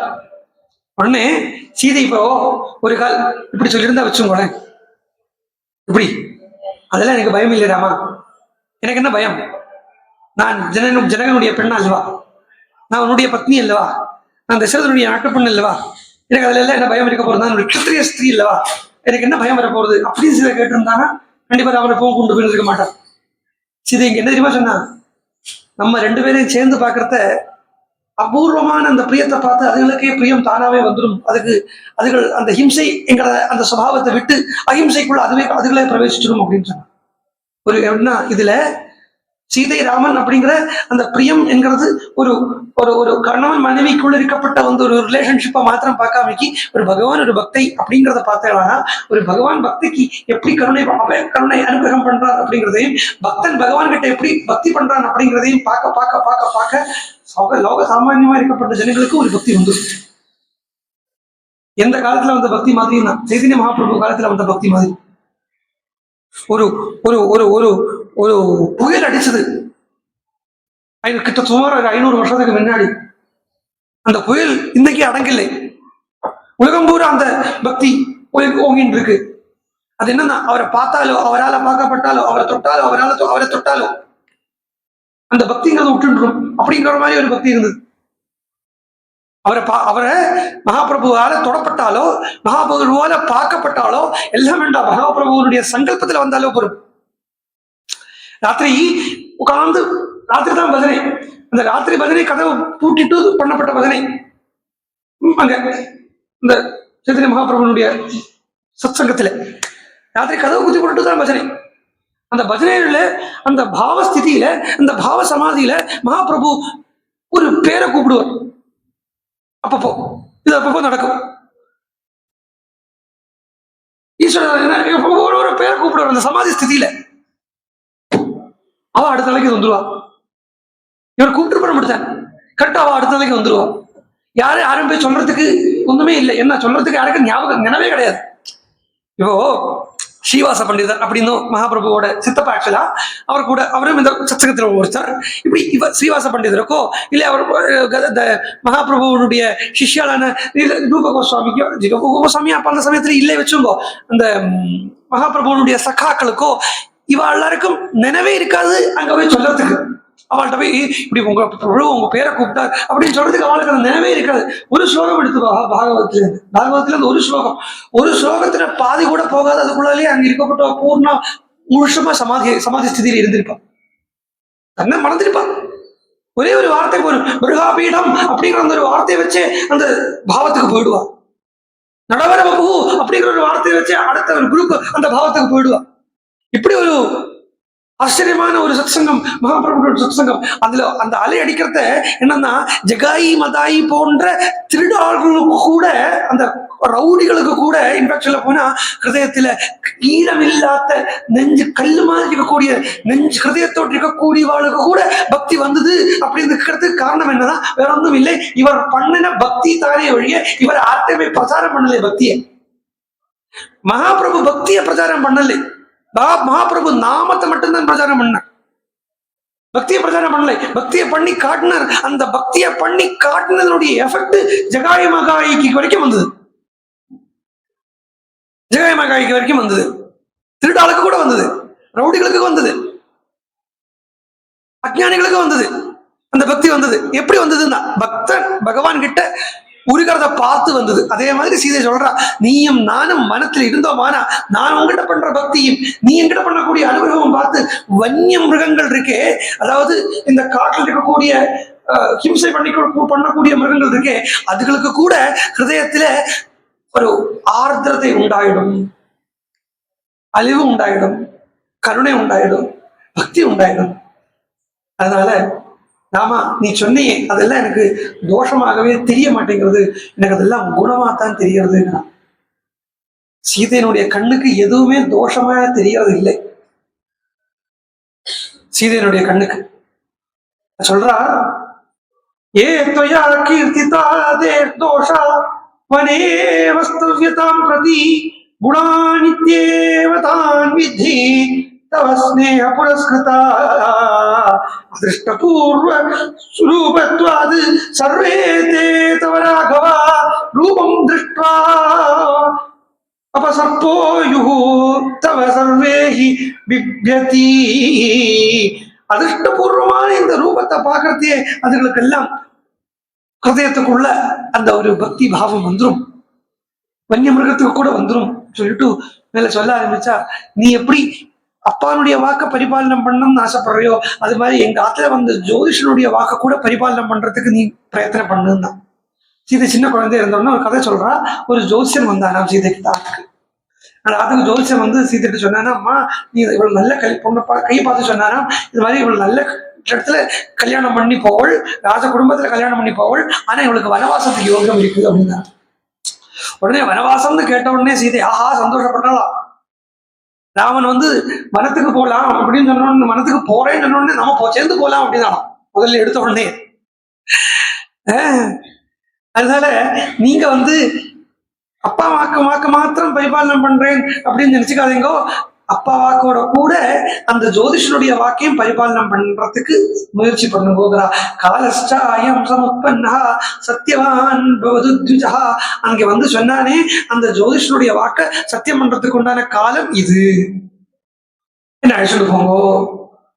சுத்தாத்மன் பிரேம பாவாத்தி பவிஷ்யாமி விகல்மஷா பர்த்தாரம் அனுகச்சந்தி பர்த்தாஹி பரதைவதம். எனக்கெல்லாம் நீங்க மட்டும்தான் கதியில் நான் இருக்கேன், உங்களே நம்பின்னு இருக்கேன். வேற எனக்கு எங்கேயாவது கொண்டு போட்டா கூட யாரையுமே கதியை எழுதுக்க தெரியாது. இவனுக்கு கதியா இருப்பா, இவனுக்கு கதியா இருப்பா, அது காட்டினா கூட எனக்கு வாழை கதியா எடுக்க, எனக்கு வாழை கதியை எடுத்துக்கிறதுக்கு தெரியாது. ஆகையினால பகவானே என்னை உபேட்சிக்காதீங்க. எப்படி உபேட்சிக்காம இருக்கணும்னா பிரேம பாவாதி. என்கிட்ட உங்களுக்கு கருணை இல்லையா, ஒரு பிரேமை இல்லையா? சுத்தாத்மன் இந்த பிரேமைக்கு வசம் இல்லையா நீங்கள்? அதனால என்னை உபேட்சிக்காதீங்கோ. இதுதான் சமர்த்த ராமதாசர் ஒரு அபங்கத்துல சொன்னார். என்னை உபேட்சிக்கிறது உனக்கு யோகியதை கிடையாது சொன்ன. உனக்கு என்ன உபேட்சிக்க யோகியதை இல்லை. மச உபேட்சதா ராம யோகியதா நவே ஹே தயாளுவா ராಮ ஹே கிருபாளுவா ஹே தயாளுவா சத்ய சுவாமி ராகவா.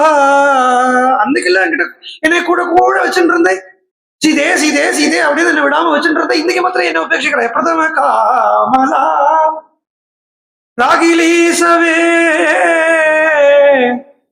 இப்போ மச உபேட்சதா யோகியத்தை, இன்னைக்கு என்ன உபேட்சிக்கிறதுக்கு உனக்கு யோகியதே கிடையாது, நான் வேற கதி இல்லாம கதி கட்டு இருக்கிறேன், என்ன விட்டுடாது அப்படின்னு சொல்லி பக்தாம் பதிவிரதாம் தீனா மாம் சமாம் சுக துக்கயோஹோ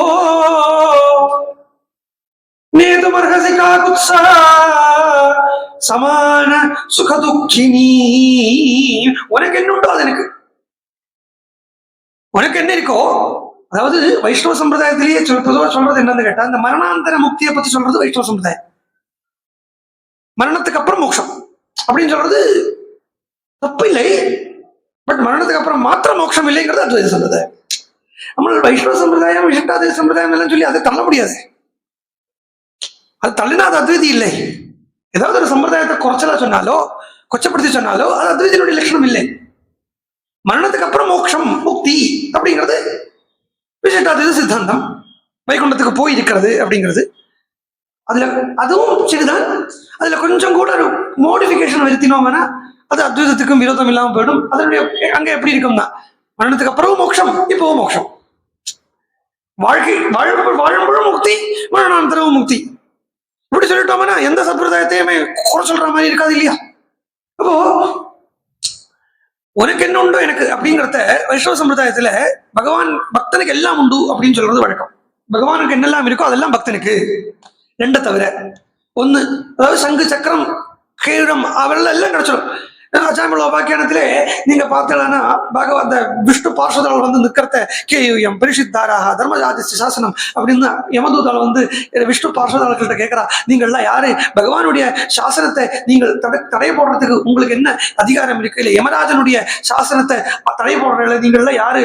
ஆனா நீங்கள்லாம் பார்க்கறதுக்கு ரொம்ப அழகா இருக்கீங்களே, எல்லாம் சர்வே நூதன வயசா சர்வே சாரு சதுர்புஜாகா, 4 கையோடு இருக்கீங்களே, பகவான் எப்படி எல்லாம் எப்படின்னு வர்ணிக்கிறதோ கிரந்தங்கள் அதே மாதிரி இவ்வளவு இருக்கா. சர்வே சாரு சதுர்புஜா, சர்வே நூதன வேசா, சர்வே பீத கௌசய வாசா, சங்கு சக்கராப்து ஜாருணா. நீங்களும் கையில தாமரை சங்கு சக்கரம் இதெல்லாம் வச்சுருக்கீங்களே. அப்போ பகவான் கூடிய பக்தன் அப்படின்னு சொல்றது அந்த அந்த திவ்ய சூரி அப்படின்னு சொல்லிடலாம்னா அவளுக்கு இதெல்லாம் இருக்கு. பகவானுக்கு என்னெல்லாம் உண்டோ அதெல்லாம் அவளுக்கு உண்டு. 2 தவிர ஒன்று என்னதுன்னா ஈஸ்வரத்துவமும் பக்ஷஸ்தல லட்சுமியும் கிடையாது. அது பகவானுக்கு மாத்திரம் தான். ஈஸ்வரத்துவம் அப்படிங்கிறது சிருஷ்டி திதி சம்ஹாரம், இதுவும் பக்ஷஸ்தல லட்சுமியும் பகவானுக்கு மாத்திரம் தான் உண்டு. பாக்கி எல்லாம் சீதை சொல்றா, நான் உங்க கூட வரேன், உங்களுக்கு என்னெல்லாம் உண்டோ அதெல்லாம் எனக்கு உண்டு. பக்தை சுகமாகட்டும், நீங்க சுகமா இருக்கலாம், நான் சுகமா இருப்பேன். நீங்க துக்கமா இருக்கலாம், அப்ப நான் துக்கமா இருப்பேன். இது பகவான் அனுபவிக்கிறது, பக்தை எடுத்துக்கிறது. இன்னும் அந்த பக்தன் அனுபவிக்கிறத பகவானுக்கு அனுபவிக்க வைக்கிறது ஒரு சம்பிரதாயம் உண்டு. அது எல்லாமே ரசம் தான்.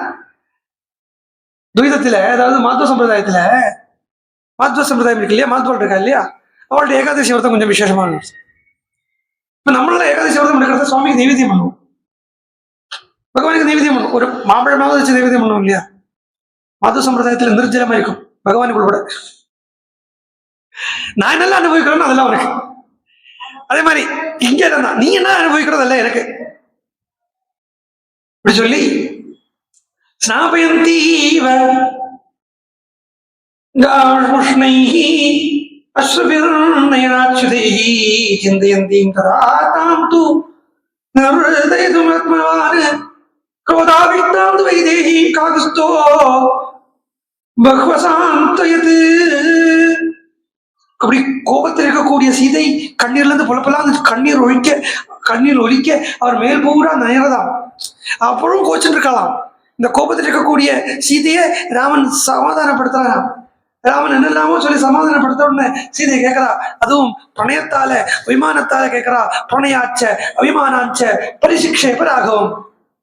ராமனை பார்த்து பிரியத்தால பகவானுடையவன் அப்படிங்கிற அந்த சுவாதீனத்தால கேட்க ஆரம்பிச்சா, கிம் துவாம் மன்யத வைதேஹா பிதா மே மிதிலாதிபஹ ராமா ஜாமாதரம் பிராப்தம் ஸ்திரியம் புருஷ விக்கிரகம். எங்க அப்பா என்ன நினைச்சுப்பாரு, அப்பாங்கிறத இங்க சீதைக்கு குரு, அப்பா தான் குரு.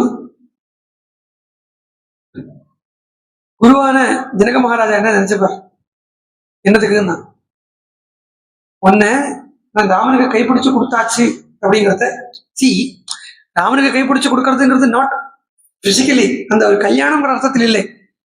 சீதைங்கிற அந்த ஜீவனை ராமனுக்கு ஒப்படைச்சாச்சு, சீதைங்கிற அந்த பக்தியை ராமன் கிட்ட ஒப்படைச்சாச்சு அப்படிங்கிறத, என்ன காரணம் வந்தாலும் என்ன காரியம் வந்தாலும் ராமனை விட்டு பிரியாம இருக்கிறது தான், பகவானை விட்டு பிரியாம இருக்கிறது தான் பக்தனுடைய லட்சணம். ஒரு சின்ன கஷ்டம் வந்துருது அப்படிங்கிறதுக்காக நாஸ்திகன் ஆகிறது இல்லை பக்தனுடைய லட்சணம். ஏதாவது கஷ்டம் வருதுன்னா எனக்கு வியாதி வந்துருது, வைக்க வந்துருது, அதுக்காக பகவானே இல்லை அப்படின்னு சொல்றதா பக்தனுடைய லட்சணம். கேன்சர் வந்தது பரமஹம்சருக்கு, அந்த காலத்துல கேன்சர்ங்கிறத கூட கண்டுபிடிச்சது கிடையாது. காலம் late 1980s, late 19th century. அந்த காலத்துல கேன்சர்ங்கிற ரோகம்ங்கிறத அப்படிங்கிறதே உங்களுக்கு தெரியாத காலம். கேன்சர் அப்படிங்கிற பத்தி லோகத்துக்கு பெருசா தெரியாத காலத்துல தொண்டையில கேன்சர் வந்துருக்கு. தொண்டையில கேன்சர் வந்த உடனே அப்போ பேசுறான், பகவானை பத்தியே பேசுறான், அந்நிய விஷயத்த பேசாம ஈஸ்வரனை பத்தியே மாத்திரம் பேசிட்டு இருக்கா.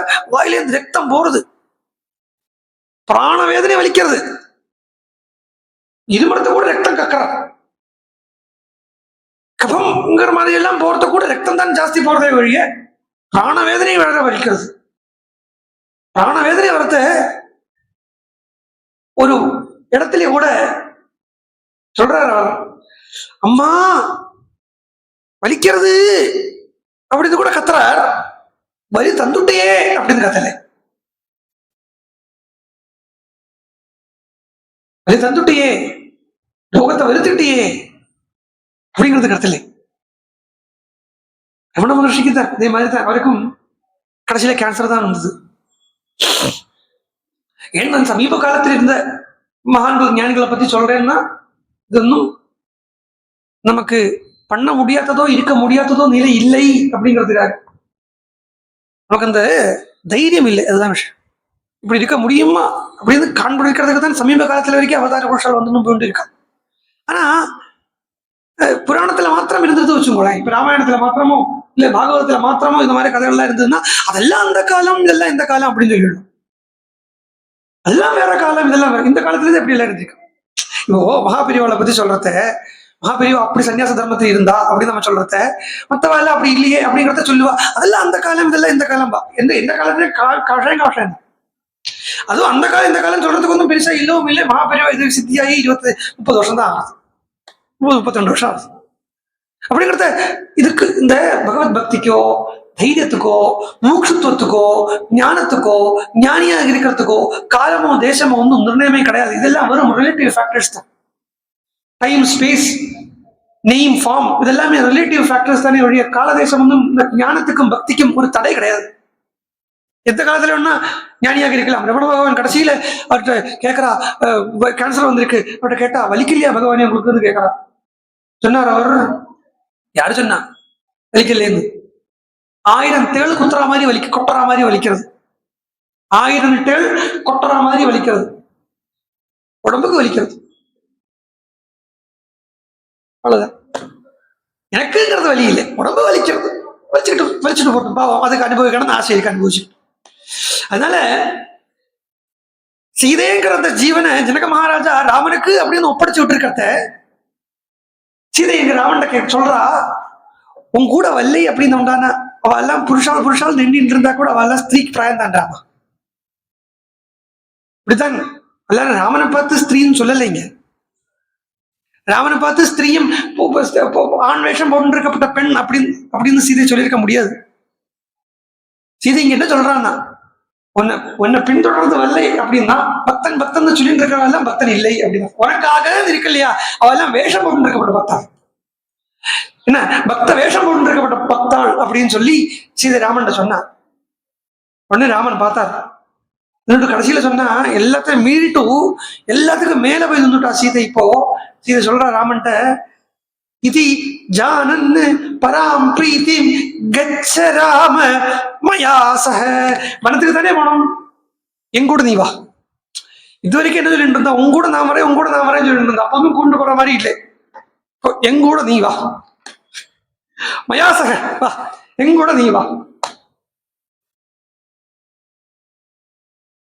ஆமா, நம்ம 2 பேரும் சேர்ந்து இருந்தோம். ஒரே ஒரு ஸ்லோகம், அந்த ஸ்லோகத்தோட சொல்லி முடிச்சு விடுறேன். கிம் புனர்தச வருஷாணி த்ரீணி சைகம் ச துக்கிதா இதி சா சோக சந்தப்தா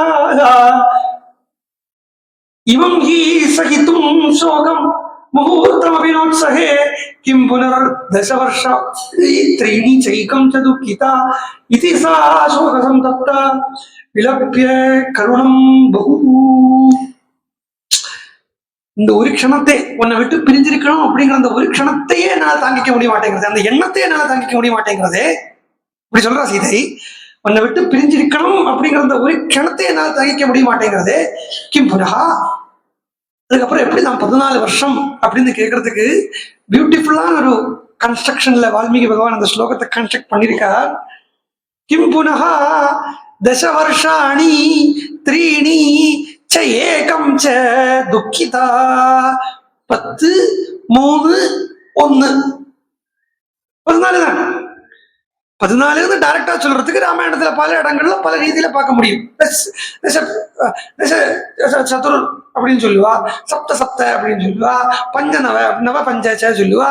இப்படி ராமாயணத்துல பல ரீதியில இந்த 14 பர்மிட்டேஷன் காம்பினேஷன்ல போட்டு விடுறது உண்டு. பட் இந்த இடத்துல சீதை சொல்றத பின்னாடி என்ன நடக்க போறதுங்கிறத நல்லா தெரிஞ்சுட்டு தான் இருக்கேன்னு ராவண்ட காட்டுற மாதிரி சொல்றான். பின்னாடி என்ன நடக்க போறது அப்படிங்கிறத நல்லா உள்ள வாங்கிண்டு, I know what is going to happen அப்படிங்கிறத உள்ள வாங்கிண்டு, அது நீயும் மறக்காம என்ன கொண்டு போனா தான் அந்த வேலை உனக்காக. நீ பிரம்மன் தனியா போனா, நீ மாத்திரம் போனா போவாய் வருவாய், அப்படித்தான் இருக்கும். எங்க ஊர்ல சொல்லுவா, கோவந்தன் கொச்சிக்கு போன மாதிரி இருக்கும்பா. உதவே தெரியாதவன் மார்க்கெட்டுக்கு போயிட்டு வந்தா எப்படி இருக்கும்? மார்க்கெட்டுக்கு போவன், கடையில இருந்து சாமான் வாங்கிட்டு வாடா அப்படின்னு சொன்னா, ஏதாவது கத்திரிக்காயோ காமெண்டைக்காயோ வாங்கிட்டு வாடா, நேரம் மார்க்கெட்டுக்கு போவேன். திருப்பி யாத்துக்கு வருவேன், வந்துட்டு கேட்பேன் எந்த கடையில இருந்து வாங்கணும்னு சொல்லவே இல்லையே. அது மாதிரி நீ மொத்தமா போனேன்னா எப்படி இருக்கும்னா, நீ போவாய் வனத்துக்கு போவாய், வனத்துல இருப்பாய் வருவாய் அப்படின்னு இருக்கும். ஆனா இந்த அவதாரத்துக்கு உண்டான லட்சியமே ஜெகத் உத்தாரணம், லோகத்தை உத்தாரணம் பண்றது அப்படிங்கிறத, அதுக்கு நானும் கூட வந்தா தான் கரெக்டா இருக்கும் அப்படிங்கறது நீயும் நல்லா தெரிஞ்சுக்கோ. உனக்கு தெரியாம இல்லை, நீ மறந்திருக்கலாம், அதை இன்னும் முட்டி விடுறேன். என்ன, இவ்வளவுதான் ராமனுடைய இச்சாசக்தி ரூபத்துல இருக்கா. அப்படி இச்சாசக்தி ரூபத்துல இருக்கிற சீதை சொல்றா, தச திரியணிச்ச ஏகம், 10 சாமானியமா போயிடுத்து, அப்புறம் உண்டான 3 வருஷம் பஞ்சவடியில போயிடுத்து, அப்புறம் உண்டான 1 வருஷம் லங்கையில போகுது. இதுக்கு 3க்கும் சிக்னிபிகன்ஸ் இருக்கு. முதல் 10-12 வருஷங்கள் அவ அங்கே இங்கேயுமே இருந்து ஆசிரமங்கள்ல இருந்து கழிச்சுட்டா காலத்தை. அதுக்கப்புறம் பஞ்சவடியில வயசு வாசம் பண்ணிட்டு இருக்கா. அந்த வாசம் பண்ணிட்டு இருக்கிறத கடைசி 1 வருஷத்தை இங்க சீதை பிரதானமா எடுத்து சொல்லிச்சா ஏகம். 2க்கு அந்த ஏகம்ங்கிற அந்த சப்தத்துக்கு முன்னாடி 2 சகாரம் இருக்கு. இப்படி எல்லாம் சாதாரணமா வால்மீகி எல்லாம் போட மாட்டார். வால்மீகி அப்படி போடுறாருன்னா அதுக்கு இன்னும் ஒரு சிக்னிபிகன்ஸ் இருக்குன்னு அர்த்தம். டபுள் கொட்டேஷன் போட்டு போடுவா இல்லையா, டபுள் கொட்டேஷன் போட்டு வார்த்தையை போடுவோமே, அதுக்கு அந்த இம்பார்ட்டன்ஸை காணிக்கிறதுக்கு, சிக்னிபிகன்ஸை காணிக்கிறதுக்கு. அது மாதிரி இங்க 2 சகாரத்துக்கு நடுவுல ஏகம்ங்கிற அந்த வார்த்தையை போட்டார் வால்மீகி. தச புனः தச வருஷாணி த்ரீணி ச ஏகம் ச. அந்த ஏகத்துக்கு 2 பக்கம் இந்த டபுள் கொட்டேஷன் மாதிரி 2 சக்காரம் இருக்கு. அந்த 1 வருஷம் ஞாபகம் வச்சுக்கோ, மனசுல வச்சுக்கோ.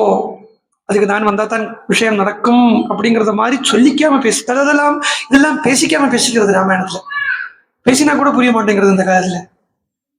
இது பேசிக்காம பேசியிருக்கான். அப்படி பேசிக்காம பேசினதுல ராமன் சொன்னார், புரிஞ்சுடுத்து சீதை எங்கூட வந்துடும், அவ்வளவுதான் ஆச்சு. இப்படித்தான் நான் சொன்னேன், சீதே விகாதும் மயா சக்கியா பிரீதிராத்மவதா யதா ஆசம் ச ரோச்சரே ரண்யே சக்திமானபி ரக்ஷணே. வந்துரு, நானுமே நீ இல்லாமக்கே வனத்துக்கு போகணுங்கிற ஆசை எனக்கும் இல்லை சீதே, வந்துரு அப்படின்னு சொல்றதோட இன்னைக்கு இருக்கட்டும். மேல நாளைக்கு பார்ப்போம்.